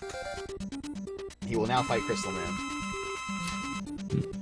So the skip works by spawning an enemy at the same time that you die. You saw that ball in the cup enemy on the right side of the screen that did not have a ball with it. And when you see that, when you take that death and you see that, that means that you have triggered some very interesting functionality in the game that I don't know the details of this part of it, but essentially the game says, oh, well, you're going through to the rest of the stage now, and you're in the boss corridor. So you're in the boss corridor. Enjoy. There we go. And that's one of the tricks that you really wondering how people actually found that. Yeah, tazzing is a wonderful thing, and shout outs to all the tazzers out there who put in the work to find crazy crap like that. Oh no, okay. Zeef turned to the right at just the last moment. Looked like he was hunting for some spikes there, but he avoids them. Oh, there we go. We have an excellent description from Baron of the... Oh no, and John takes a death, so... So here's the description as Baron is put in chat. I will read it. The orbs generated by Mega Man's death fill all available object slots the game uses to track sprites. So, when it tries to create a 2-sprite enemy, the data is written to some weird places, namely your current screen ID and a respawn timer. In short, you're set very far away, about 160 screens, and it takes a long time, 43 seconds, to get there. The nearest checkpoint is the boss corridor, so that's where you spawn. So that is a very, very detailed explanation. Thank you so much, Baron Haynes. Thank you, thank you.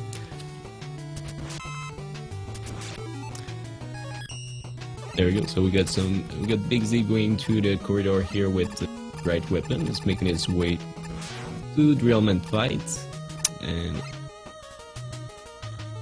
we got BigZeef. We got John here on the Nappleman stage.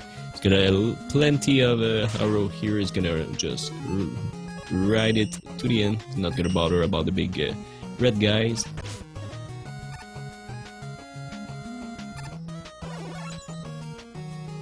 And he's taking gravity here. Just gonna nicely take out all the missile. The gravity hold is such a cool and unique weapon in Mega Man games. The way it just literally lifts enemies off the screen. There's something very fun about that versus just shooting an enemy. To just see them whisked away like that so carelessly. So there we go. He's gonna make his way through. He doesn't have a lot of life, but for Nappleman, it's not really dangerous once you know how to fight him. The bosses in Mega Man 5, I think, are really easier when you got the right weapon than Mega Man 4. Ooh. And there it is again. And there it is. Commentary first. I'm sorry. Yeah, you want to stay pretty close to Napalm Man. He'll when you're very close to him, he'll just throw his little arcing napalm bombs, So you can avoid these screen long shots that move at a pretty good pace. They're a little bit more difficult to avoid. But yeah, you see John now doing that and having no trouble whatsoever with Napalm Man. And there we go. And Drill Man goes down for BigZeef. Now it is on to Toad Man, and then to Mega Man 5. Yep, we're gonna see how he's gonna manage the first jumps with the rain and everything, but they can be tricky, but I think that's the worst part on the Toadman stage. If you can make it through without any problem hereafter.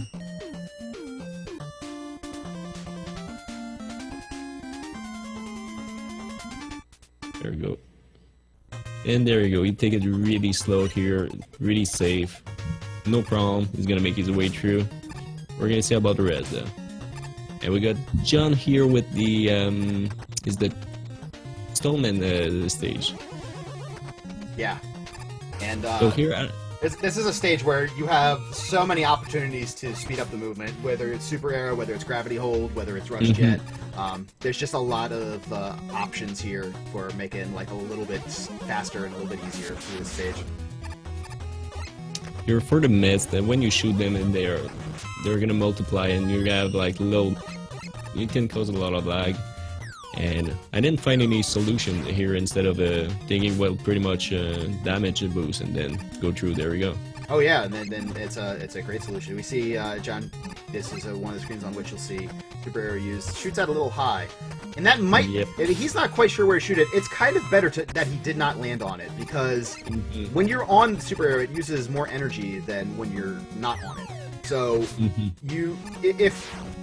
if you're not riding it just right, you want to save it for maybe this screen, for example, where he's going to go over everything now. So if he had run out of it on that previous screen, then he'd be bummed out going this screen. This screen is not fun to go through without the Super Arrow. You see a bunch of enemies that are shielded, so it's a time waster.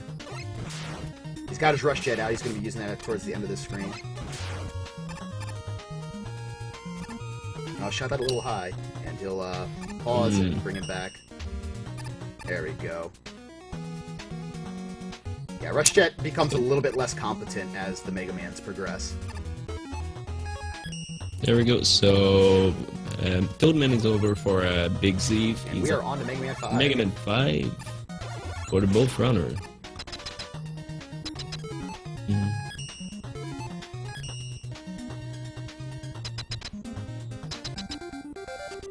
So yeah, here for Jonathan, so I think he's got 6 bosses ahead of. We still see Gyro and Napalm, but he already defeated these 2. So he's got a good advantage here. With Mega Man 4, he really. Oh, you're good. No problem. Gotta set these restreamers straight every once in a while. You know, they think they can get away with murder. Anyway, yeah, there we go. Down goes Stone Man. Stone Man, again, you know, if you're categorizing bosses easy or hard, he is very high on the easy list, especially with Napalm. Yeah, absolutely. Even without Napalm, not much of a challenge. So we said that John is really good at Mega Man 4, but here, without even like posting a time or anything, he's making his way pretty well on Mega Man 5. He's doing a really good job, yeah. Yeah, Tries to use that Super Arrow there, shot it just a little bit higher than he could reach. Looks like he's just going to use them as one-off platforms to get over some of these Met Bombers. I'm not sure. Yeah, a lot of backup traps here. He's just going to fly over this entire screen, avoiding all these little Met trains? Met train, yeah. Met chargers? I don't know. There's so many different flavors of Mets that it's sometimes hard to tell. Does he have to go back to the beginning now, or was that a checkpoint? Oh, well, he's definitely going back to the beginning after that. That's a game over, folks. Yep. You know, that we often joke about how Mega Man 5 just gives you so many one-ups, but apparently that was not the case for John, as he sees the game over screen here. Very, very unfortunate for him. Yeah, the first time I played Mega Man 5, I thought I found like a hack or something. I thought there was a problem with the ROM because there was so many lives. I mean, I think the first time I ever played through Mega Man 5, I had 22 extra lives oh my god. throughout the course of the game. Which, even by Mega Man 5 standards, is a lot. Yeah. So here is just gonna use the Crystal Eye here for taking care of these big chickens. Really efficient here to go through that level with this weapon. Or you can Starman use the down with BigZeef. yeah. So we're gonna go see Gravity Man on the end of BigZeef. So some problems here and there for BigZeef on Mega Man 4. So hopefully he's gonna make his way without any scratch for Mega Man 5, or he's gonna be able to make his way through.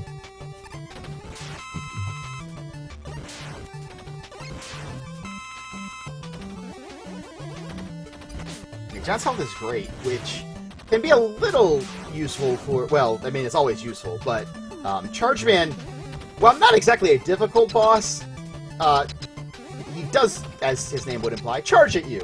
And, you know, he, again, contact damage is the bane of Mega Man's existence, so you want to avoid that. It's, okay, for a second there, I thought he was just going to go Buster Strats and avoid using what is maybe, let's say arguably, the worst weapon in Mega Man 1 through 6, the Power Stone. Yeah, it's I didn't difficult to find hit things. You fan. can't shoot another one while it's on screen. Boy, it's got no redeeming qualities, I guess. Except you only have to use it once. There's that. Yeah. You're only gonna use it once. Is it any use of the this weapon on the when you're doing the dark stage or at the end of the Wileys in Mega Man 5? Nope. Except for the replay, I guess. But Probably. Well, which you skip in Mega Man 5, probably. Baron very adamant that Power Stone is better than Hyper Bomb. I mean, you can do really cool zips with the Hyper Bomb. I'm just saying. So this is gonna be the last Robot Master for Jonathan on 5. We're gonna see if we're gonna try any zips here, or not zip, but actually glitch for the wave card, or I don't know how you call it though. The section with the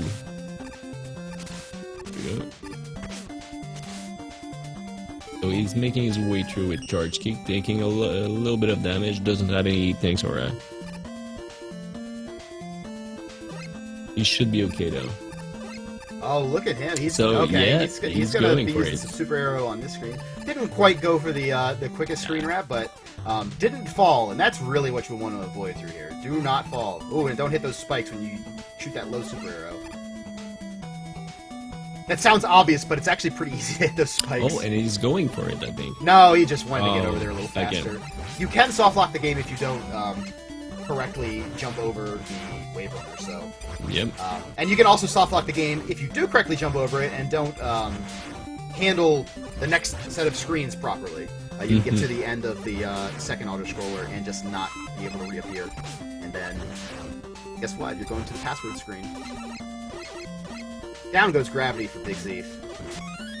On the Gyro Man next.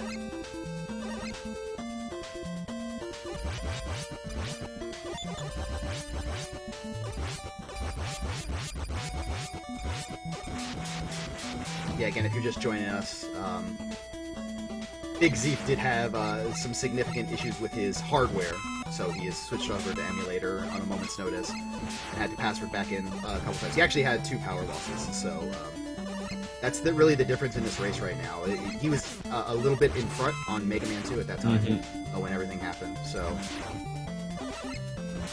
race not a little bit closer than it may appear, but well, yeah, I don't know. For we got a 1 hour 43 is gonna be Mega Man 5 is gonna be really finished quickly for Jonathan here, and his PB is 2 hour 13, so he's gonna have a lot of time to finish Mega Man 6 here. Yeah, he's looking at a PB. Yeah. You always love to see that in a race. That's always a real Absolutely. thrill.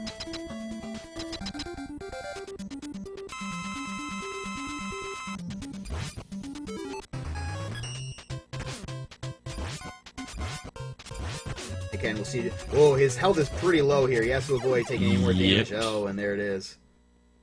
Oof. Now we know he's Right not at going to the game over here because he just did No. that. So there's that. That's the silver lining to this. But he used quite a bit of charge kick there. So we'll see how much he has left if he can put Waveman down, or if he'll just go Buster only strats here. He might just be using a little bit of Buster up front to whittle him down and then switch over. And it looks like indeed what he's going to do. As you see, not a lot of charge kick left. He just used quite a bit of it at the start of the stage, and there he goes. Down goes Waveman, and not a moment wasted. Perfect. We are on to Mega Man 6. And our final game in this race between JonathanXSpidewebia and BigZeef. And it has been an eventful race, to be sure. We'll see how John can close this one out.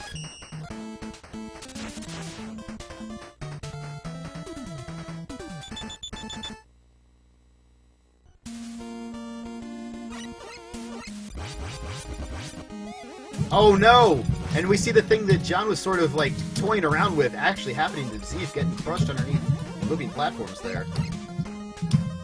Goodness gracious.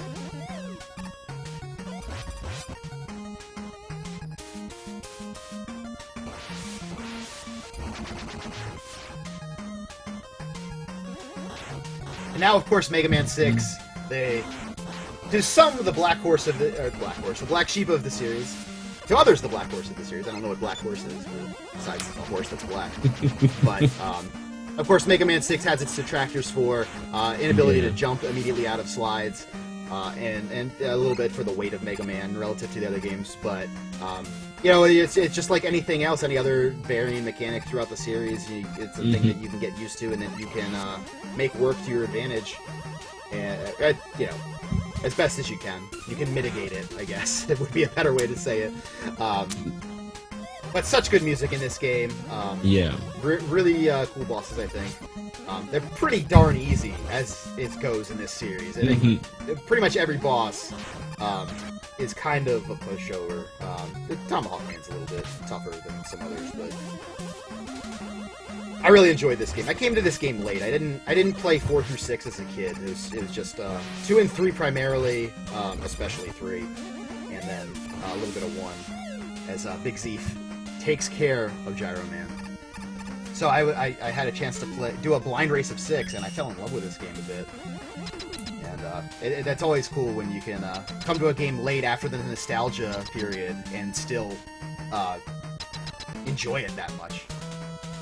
Because, I mean, let's be honest, a lot of this is, you know, a lot of these tournaments, this speedrunning is based on you having this deep, abiding love for these games already, so why not get super, super good at them?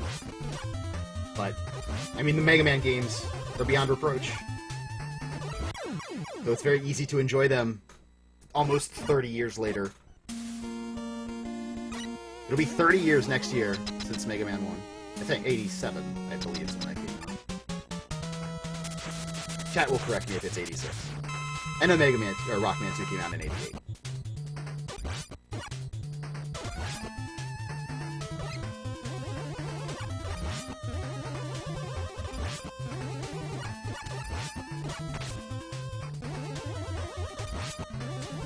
And there's BigZeef with the crystal skip.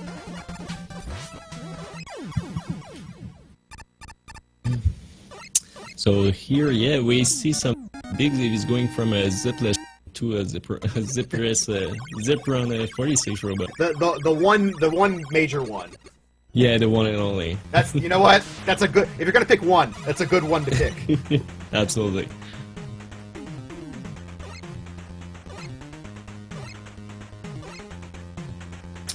So yeah, usually Mega Man 6 is really about the slide. People are gonna complain about it.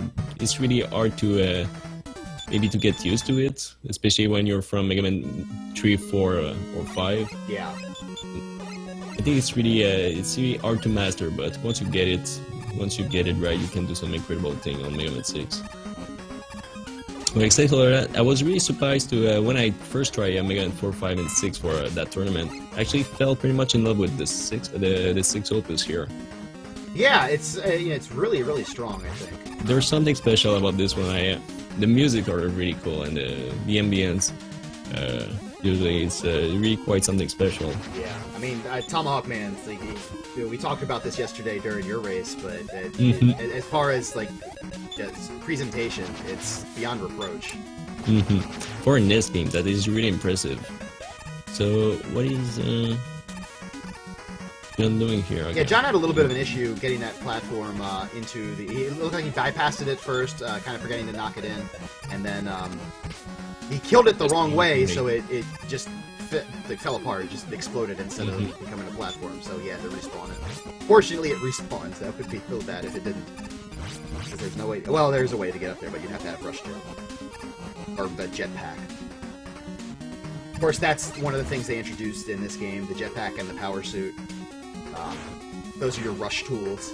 And the jetpack's a lot of fun. It's really nice how it refills, but it's great for casual use, and it certainly has its uses throughout the speedrun, but it's not something that you'll see the runners rely too heavily on throughout this race. Yeah. Throughout this so good. Zeef here is making his way through Nappleman stage. Using those gyro blades to get past that screen. That's a very smart strategy. Yeah, I think he's out of arrows, so unfortunately he's gonna have to fight a big the red guys here shooting this. He could be using rush jet if he. Yep. He does have it, so. But it's one of those things. It's sort of like the Mega Man syndrome. You're not sure what item to use, so consequently you use no items because you might have to use one later, so you don't want to run out of them. So he's taking a death here, but he was just at the checkpoints. Yeah, good death. Costy. Yeah, absolutely. Oh, we didn't get rid of and okay. Playman is done for John, so next one's gonna be Blizzard, which is actually my favorite stage. I really like Blizzard, man. There's something tremendously amusing to me about a robot on skis.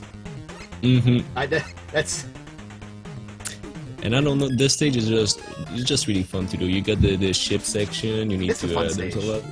It's not an easy one, but it's a really cool one to do. It's a satisfying one when you get it right. Yeah. But he goes to Plantman first, though. So he's gonna fight him without the Blizzardman weapon. So maybe, I don't know, I don't think that's his route. It's probably... Interesting.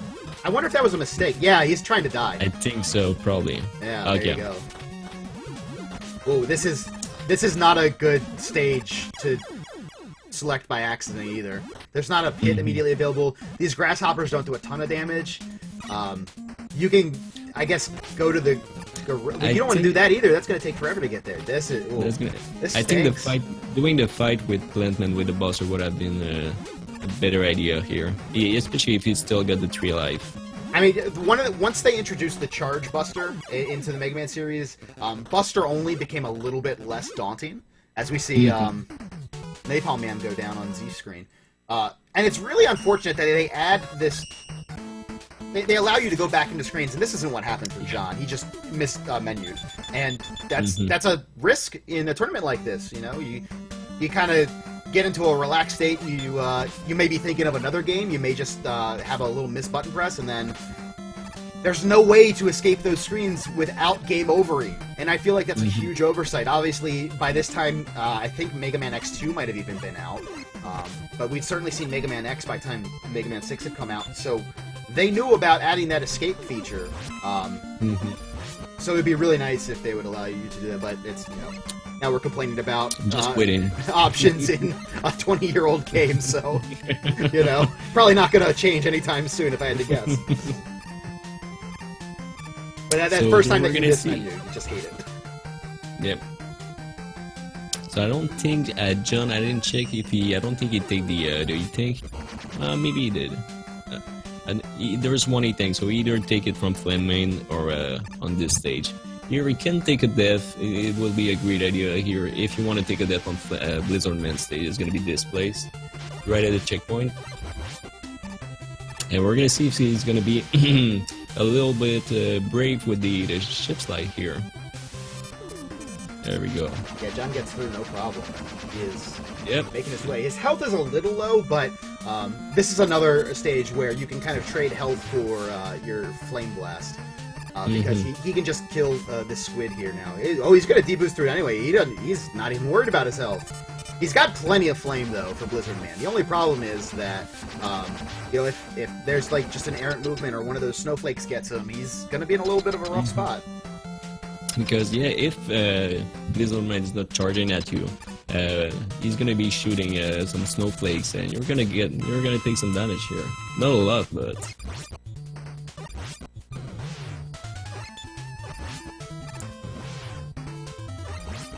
It only uses one energy for Flame Blast, making Flame Blast like basically the most OP weapon in this game.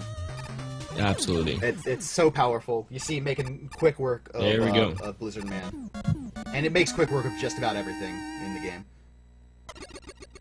Not quite as useful as Metal Blade, but it's on that list anyway. On that list, absolutely.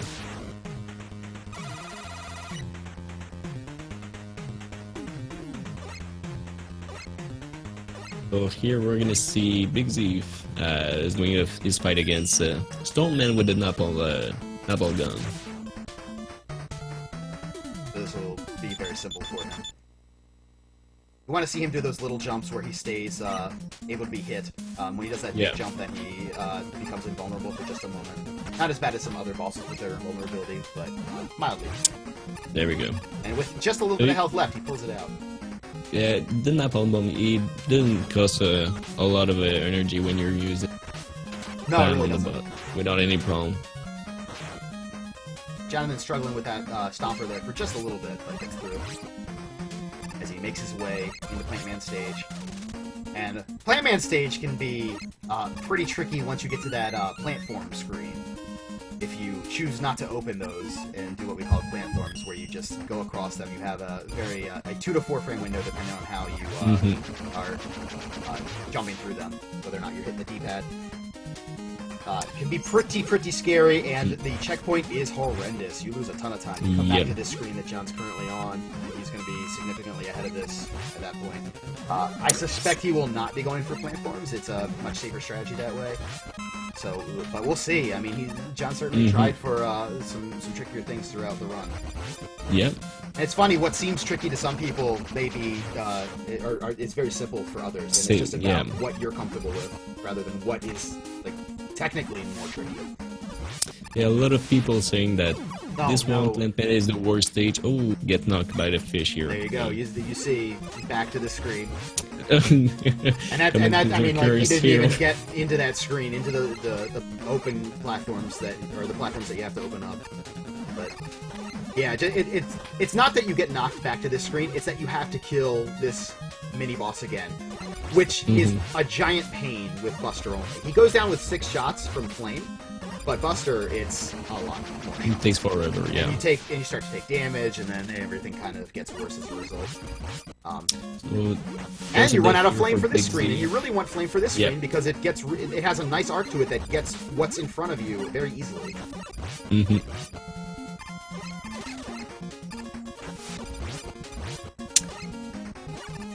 Yeah, he's opening up these platforms. Very wise strategy.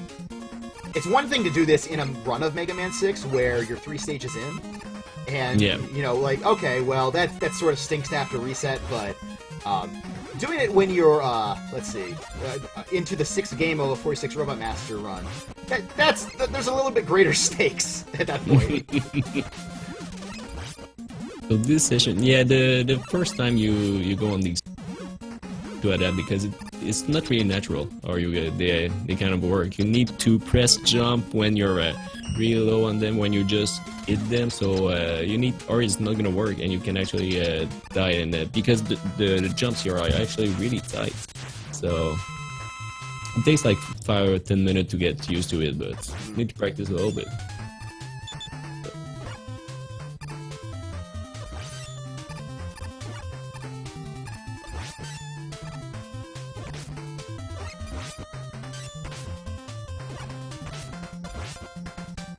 So we're gonna see the fight against Chargeman for BigZeef. He's gonna take the tank. We're gonna check if he's gonna use this pause and unpause the game to make the charge the P-stone disappear. I think so. There we go.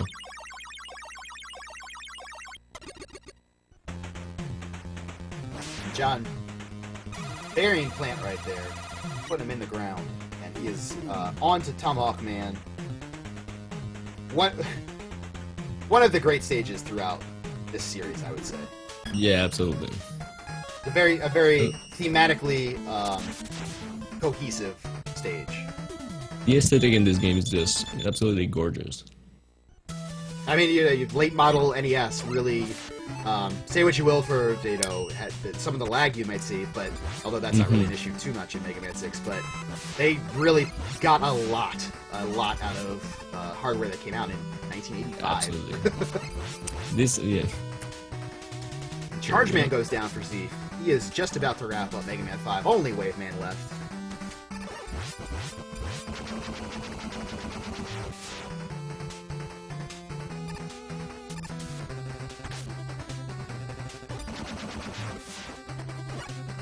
So here, yeah, it doesn't have any tanks. I don't know how many lives that you got, but you don't want to die. That's one thing, you don't want to die. When you're doing the ski jump section or the water, I don't know what is the name of the thing yet again, but you know the part where the... yes, the auto-scroller. Yeah, the auto-scroller with the boat.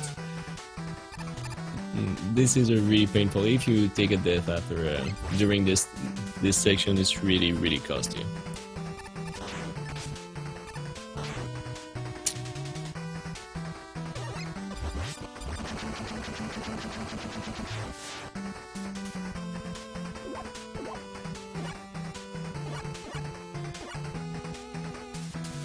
So nice section here for John. You can, with the if you're a little too late or you're not good on your slide slide chain, you're gonna get hit by the other guy. Here again, you can see the use of the flame weapon. I mean, for this stage, it's really helpful. And here. So he's gonna need tank, he's not gonna use it though, he's gonna keep it for after, and looks like he's gonna try fight Tomahawk with the not a lot of health, but he's gonna manage here. Yeah, having not a lot of health can be a little scary in this fight because you have to get so close to him to use the There we go, weapon, last shot, and shield. That was really risky, One but health pulled it left off. and gets the job done. The clutch performance is real. I would have taken that E-Tank, I think, because Tomahawk can be really tricky, and after that you still get, it's gonna be Yamato, Shield, and Center, so... Yeah, not exactly Murderer's Row of Robot Masters.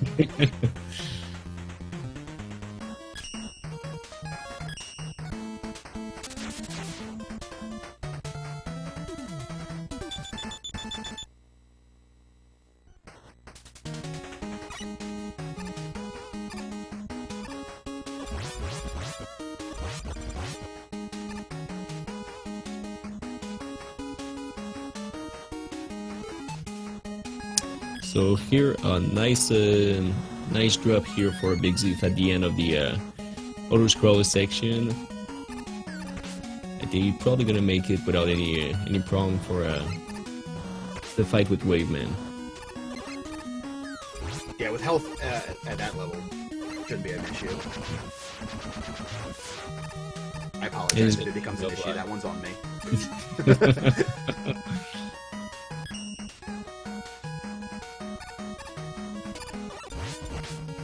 And here we go.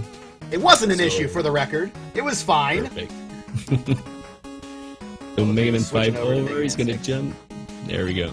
It's gonna be the last one. So after Mega Man 3, I think you got John make his way. He went was really fast on Mega Man 4, and he kept in advance here, and he kept it for the whole run there. So not a lot of mistakes on John Hinn after.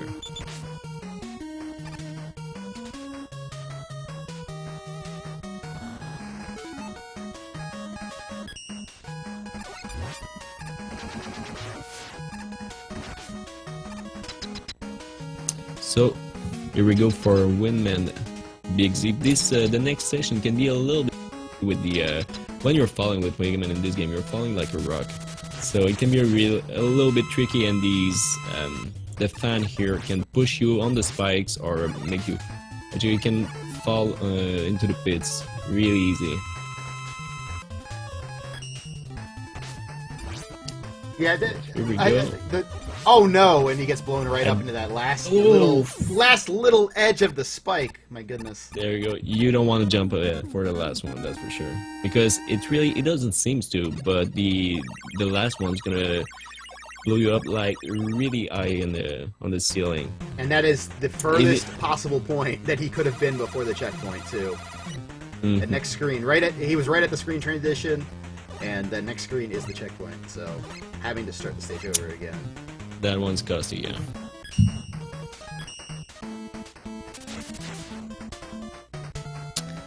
So Yamato is done for John. He's gonna move to Nightman, and we're gonna check if we're gonna see some spikes skip here. That can be really interesting. Really tricky skip. The jump here is really tight. Yeah. Not only do you have to have the proper timing, which, oh no, see, now that's gone out the window. And he knew it too. He knew that after he took that damage, it wasn't happening, so he wisely waited. He's just going to deboost through these drill guys, and no problem there. Now, he may switch to Yamato here. That is the... Oh no! Mega Man 6 sliding got the better of John. He slid through that screen transition and wasn't able to cancel in time. And he'll get a second crack at the Spike Smasher.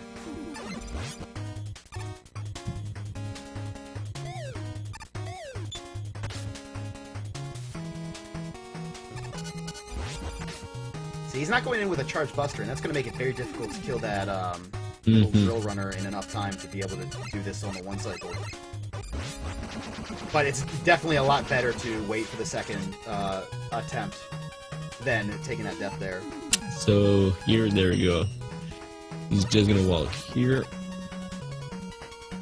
Yeah, the advantage of the Yamato Blade is that it shoots through shields, which is... Yeah. I didn't realize at first, but Nightman is a little bit more challenging when you're doing Buster only because you have to wait for his shield to be away.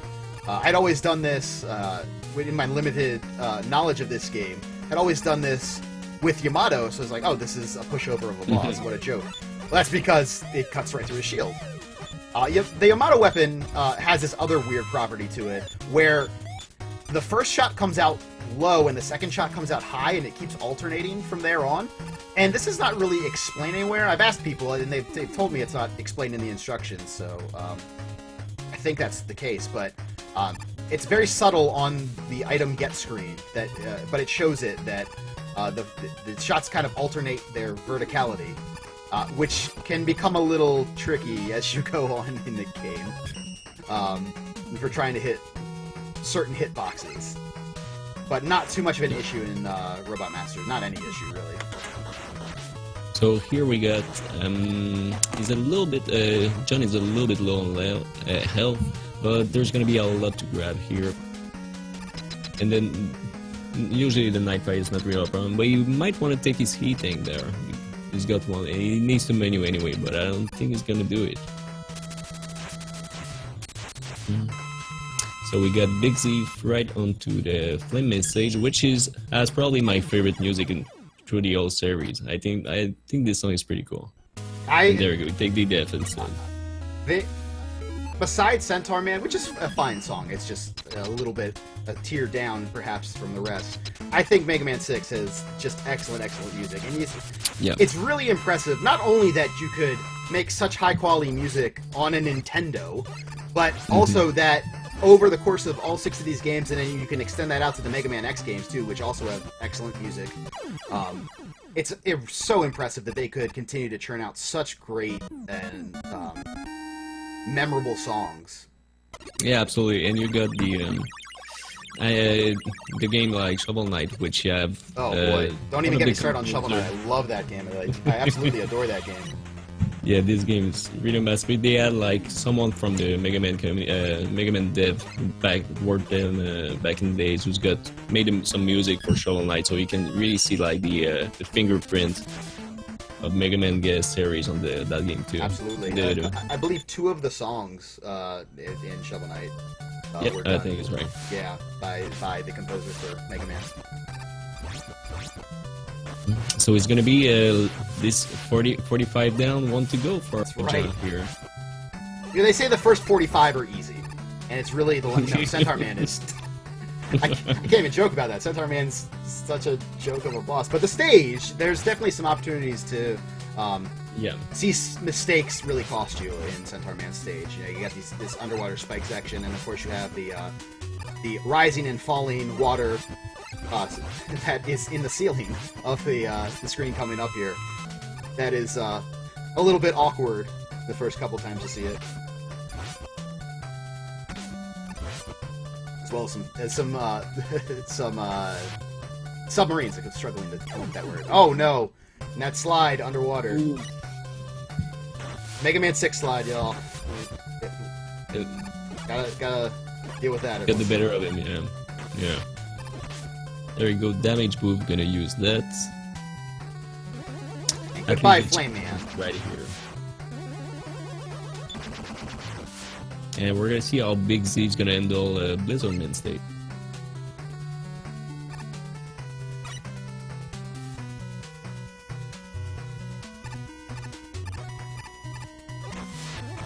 So he's going through with the damage boost here. And this jump doesn't look like, but it's really tricky. You can get knocked back, or when you're jumping, Mega Man is falling like a rock, so you can easily miss that one. Yeah. Once you let down your jump, Mega Man is just... So here, perfect. Already changed for the Nightman weapon. Just gonna damage boost here, and he's on his way.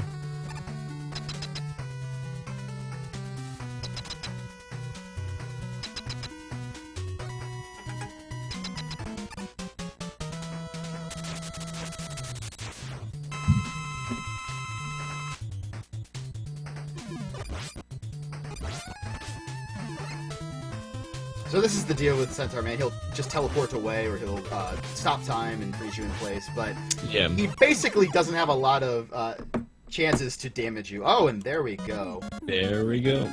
So official time on RaceBot: 2 hours, 11 minutes, and 20 seconds. That is a race PB by just under 2 minutes. But it's a PB in a race, I should say. For JonathanXSpidewebia. Setting a time of 2:11, 14 on his splits. Of course, RaceBot can lag a little bit from time to time. Congratulations to Jonathan for taking first place in this race. Congratulations! It was really that was a nice race. It was really tight, and it was really a pleasure. And we'll see now as BigZeef closes this one out. Of course, we want to point out to folks that you don't want to just quit when your opponent finishes, because for tie-breaking purposes, we will be using the lowest times that people have for the advancement into the knockout round. Of course, this is a 2-stage tournament. We are in the pool play portion of the tournament right now, and the top 2 from each pool will advance to a knockout round in the brackets that will take place starting October 9th. We have a lot of matches to get through in this 40-man tournament between now and then. We are off and running. We have 3 more big matches for you today, both here on SRL and over on Speed Gaming. Stick around for that. See if we can't get BigZeef's audio going. I think he's using microphone, so we might have to switch off, but we'll check. Oh, he's definitely using microphone. Okay. We'll switch to some other music.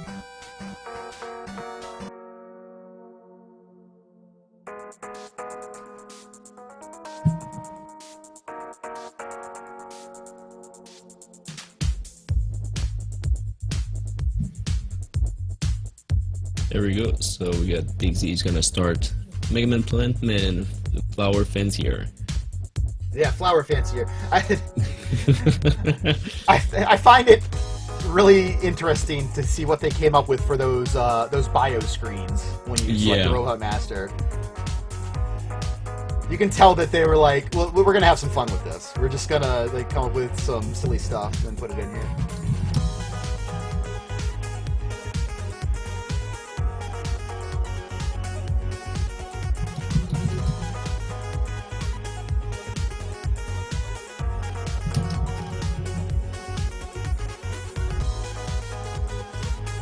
There we see the gorilla golems, the gorilla tanks. I'm not sure their official name, unfortunately. But you know, they're I think it's a Arambe tank, maybe. Oh God. We've set into motion something we can't control.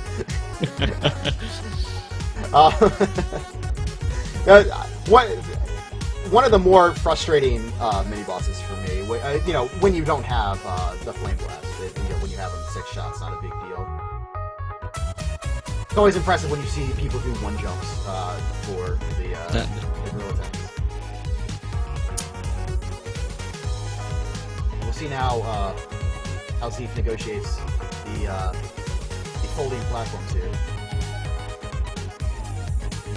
He switched to his Buster. No surprise here. It seems like a very prudent thing to do. Yep. Gonna shut this one. I can't help but just speaking out loud when I'm doing this and saying like fish, no fish, just to help me to get through here.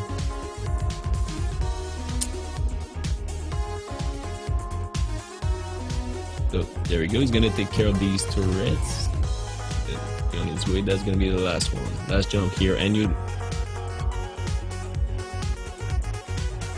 Okay, I was waiting here. You don't want to fall down here because the checkpoints is really far, and that can be like one of the.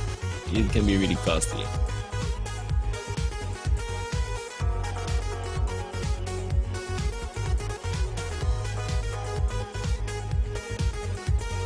And he's gonna do his fight against Plantman. So here, usually it's really an easy strat, but you need to be careful. Take it just jump, try to hit it, and you need to fight. There's a lot of lag in this fight.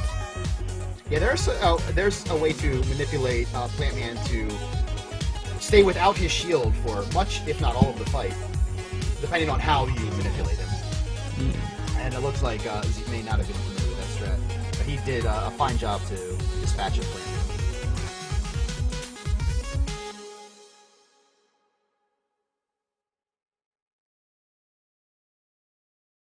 John getting a little bit of extra practice in, it looks like. But now all eyes are on BigZeef. I think he's going to take his revenge against the... That's probably it, yeah. Again, if you're just joining us or joined us late, Jonathan did soft lock, did go to Mega Man jail initially, so getting a little bit of practice on that early magnet thing to avoid that for his next match. This BigZeef. Oh, and we wish we had the music for this one, of course. Love Tomahawk Man.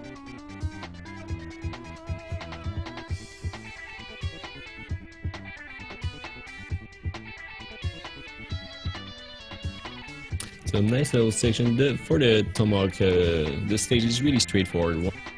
The partition or the tablature of the stage is really straightforward. It's not really hard. There we go, nice little jump over the mats.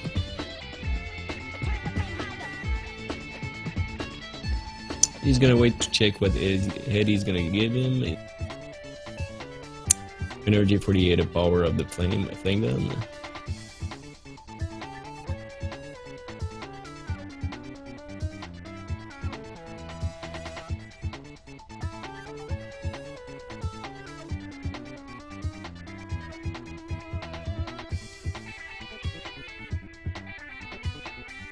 Oh, it's funny. He actually had that set up that he could have just slid underneath that crusher, but stomper. But he was playing it safe anyway, and delayed just a little bit, but took no damage, so it all worked out in the end.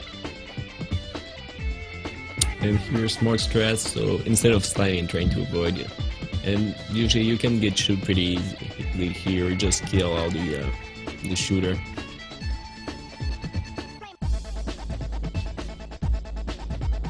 And he's on his way for the fight with Tomahawk. So he's got a lot of life, he's got plenty of life.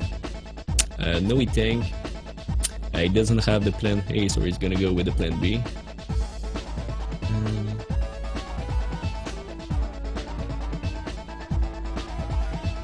That was better than I gave it credit for at the time. It took me a second to get that one. There we go. And there it is. So a good Mega Man 6 so far for BigZeef. Not a lot of problem here, I think. Except for Windman, it was death here, but it's going pretty smoothly.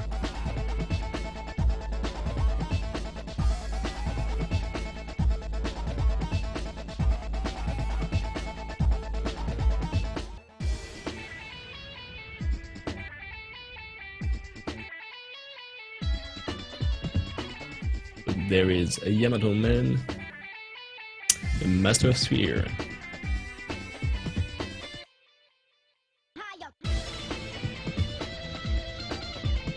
Oh no, and the little panda shot him out of air. Looks like we're losing just a few frames on Zeef from time to time. Zeef may be unfamiliar with Mega Man 6. He's taking that jump in such a way that it seems to me that he's not expecting that ball to be coming out. Yeah. And you can make that jump. You can shoot through that ball and safely navigate there, but it's, you have to know that you can do that, and if you don't, that's gonna keep happening. Yeah. One of those ones where you can just kind of safely sit off to the side, pot shot the panda, and then away you go. There we go. It does there.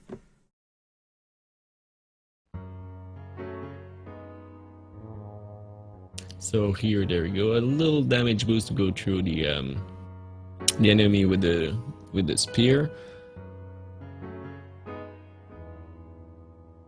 Here, you kind of, with some slide here, you can make it out without pretty much taking 1 or 2 damage here.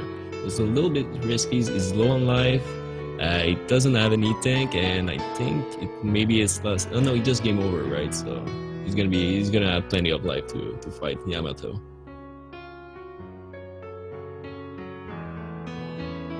So here he's gonna change for Jet.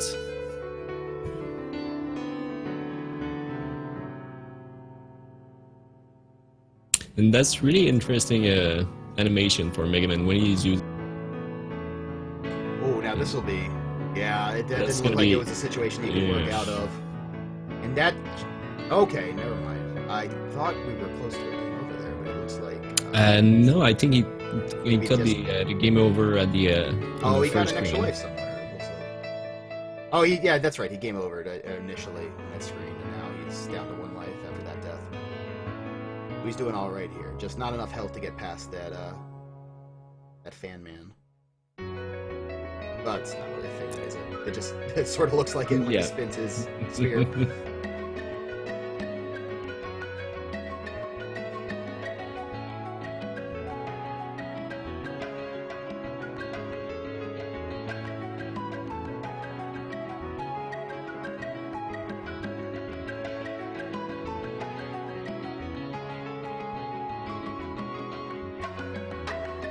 So here on the left we got Jonathan going through every zip in Mega Man 1.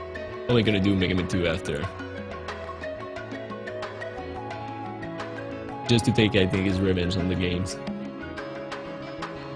There we go. Sometimes you just have to get those reps in, you just have to get that bad taste out of your mouth if there's any little misgiving.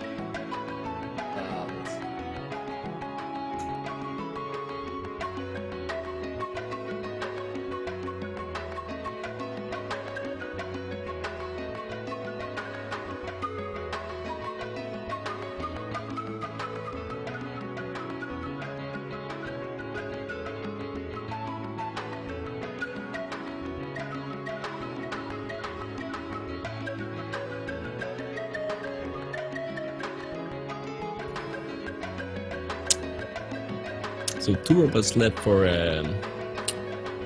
BigZeef. Here he's gonna go against the master of Blast Ball, I think it was, or Nightman himself. I don't know. I just read the description. Yeah, the descriptions are really something.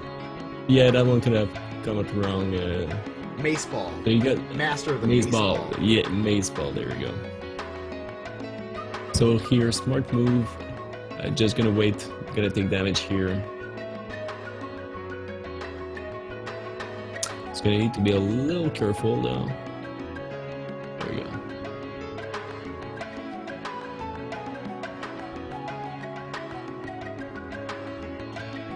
So here, I don't know which one is faster because I saw some runner take jet here on this screen, but like two screens before.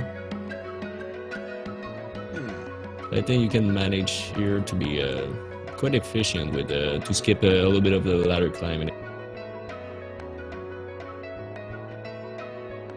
Well, he makes quick work through of those barrelmen with his Yamato blade. And you'll see him continue to use that throughout the screen or this stage, most likely. Oh, of course, as soon as I say that, before I can even get it out, he switches over to Fire Blast. Gotta get rid of some of these enemies here. These guys are really annoying. They take 2 shots. First up, they're gonna get really mad at you, and then you're gonna kill on the second shot. But they are really tricky to sometimes.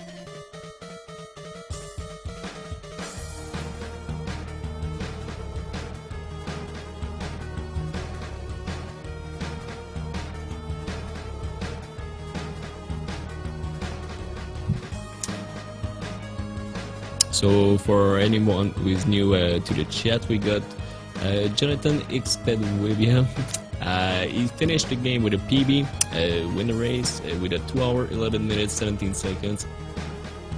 So congratulations, it was a pretty good run. Yeah, PB for him, in fact. So that's really cool to see. Nightman and was there we go. There, he just hung out and said, "Kill me! I don't want to live anymore."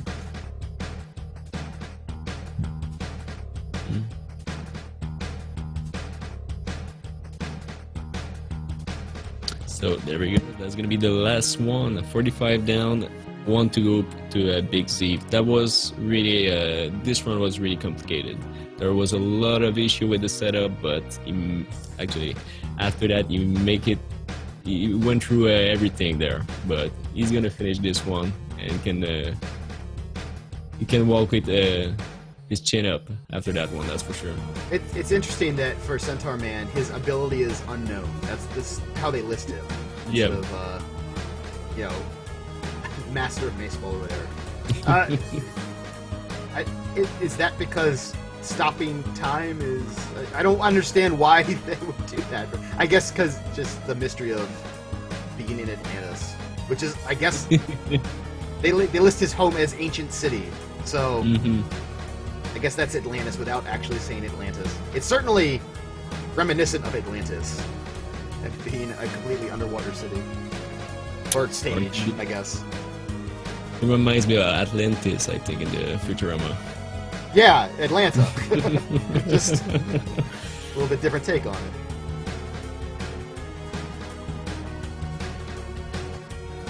So here we go. He's not gonna bother to take the life, you know he's good for a rest. Still gonna wait for Eddie, and 8 tanks is always nice. Yes, as Papat points out, his actual weapon is Centaur Flash. But it is listed in the bio as his ability is unknown. I don't think that's true of any of the other Robot Masters and Mega Man stuff for the full bio screens.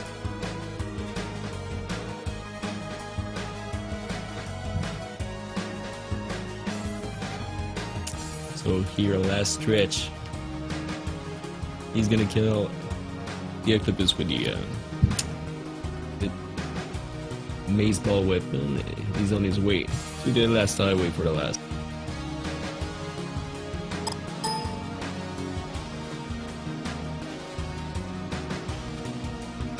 Now we have competing bosses spawning on screen at one time. And here we go. The last one. After all is said and all is done, it comes down to Mega Man vs. Centaur Man. A battle easily won by BigZeef. And despite all of the issues, all of the hardware malfunctions, and all of the having to password back in to different stages, BigZeef has completed the run at a time, an unofficial time of 2 hours, 28 minutes, and 25 seconds. Official race spot time, 2 hours, 28 minutes, and 27 seconds. Congratulations to BigZeef. Showed a lot of heart in sticking with this when it really didn't look like it was meant to be, but He made it happen, switched from hardware to emulator on the fly, and he gutted out this run, and huge props to him. Yeah, absolutely. And sub 2 hours 30 for a bolt run. That's pretty cool. Yeah, very cool. We want to encourage everyone to follow all of the racers in this tournament, Yep. of course. And just update our standings real quick, and then we'll show the scoreboard before we get out of here.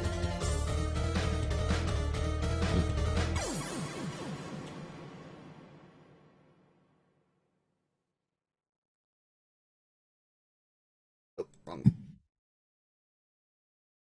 No, come back to me, OBS. There we go. Okay, had a little technical difficulties there for a moment. The computer's running hot. So, we see here in Group A, we had our first match just now of Group A.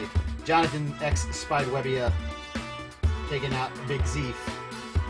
2 hours, 11 minutes, 20 seconds compared to 2 hours, 28 minutes, 27 seconds. Of course, a lot of technical difficulties plaguing BigZeef in there. But a PB for Jonathan X, who came in with a slightly better PB than BigZeef. So congratulations to both racers. Job well done. Excellent race. And coming up at 3 p.m. on the Speed Gaming channel. And we'll send you over here in just a moment to Speed Gaming. We're finishing up some Metroid, I believe. Some double anti-bingo. I believe. I know they were online. Anyway, if not, we'll do something else. But, we have a match coming up at 3 p.m. Eastern Daylight Time between... Who we got coming up here? Oh, of course, Pot taking on Darkman. Yep. A That's battle going to be of Mega Man hell of 5 a match. Yep. Pot also a record holder in Mega Man 6. So that is going to be one of the great matchups we have for you this weekend. Absolutely. Very hotly contested match. Both guys have excellent sub 2 hour times, and I cannot wait for it. Oh, it looks like it's actually at 3:30 start. We bumped that one back by half an hour, at least from what I was saying. So stick around for that. That'll be over on twitch.tv/speedgaming. You're not going to want to miss that. And if they're around, send you over there. If not, we'll see you later.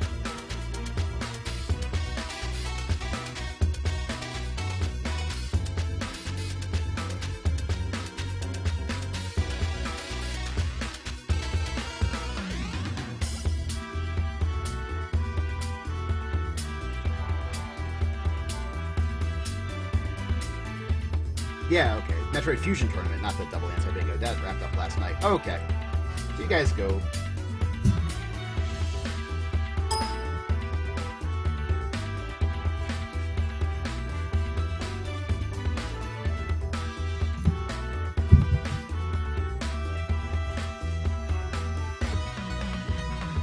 I don't have a good raid message. I never have a good... You have a good raid message, Maz? Sorry? Yeah. Yeah. Do you have a good raid message for us to send folks over to Speed Gaming? Oh, well, be back in an hour for next raid. That's gonna be awesome. We got two good players. Have a great day, everyone, and see you soon. I'm just going to host them. Do whatever raid message you want. I'm really bad at thinking of raid messages. Thanks to everyone for watching our continued coverage of the Mega Man 46 Row Masters Tournament. We'll see everyone at 3:30 p.m. Darkman 78 versus Papat. Thanks everyone for watching. Thank you.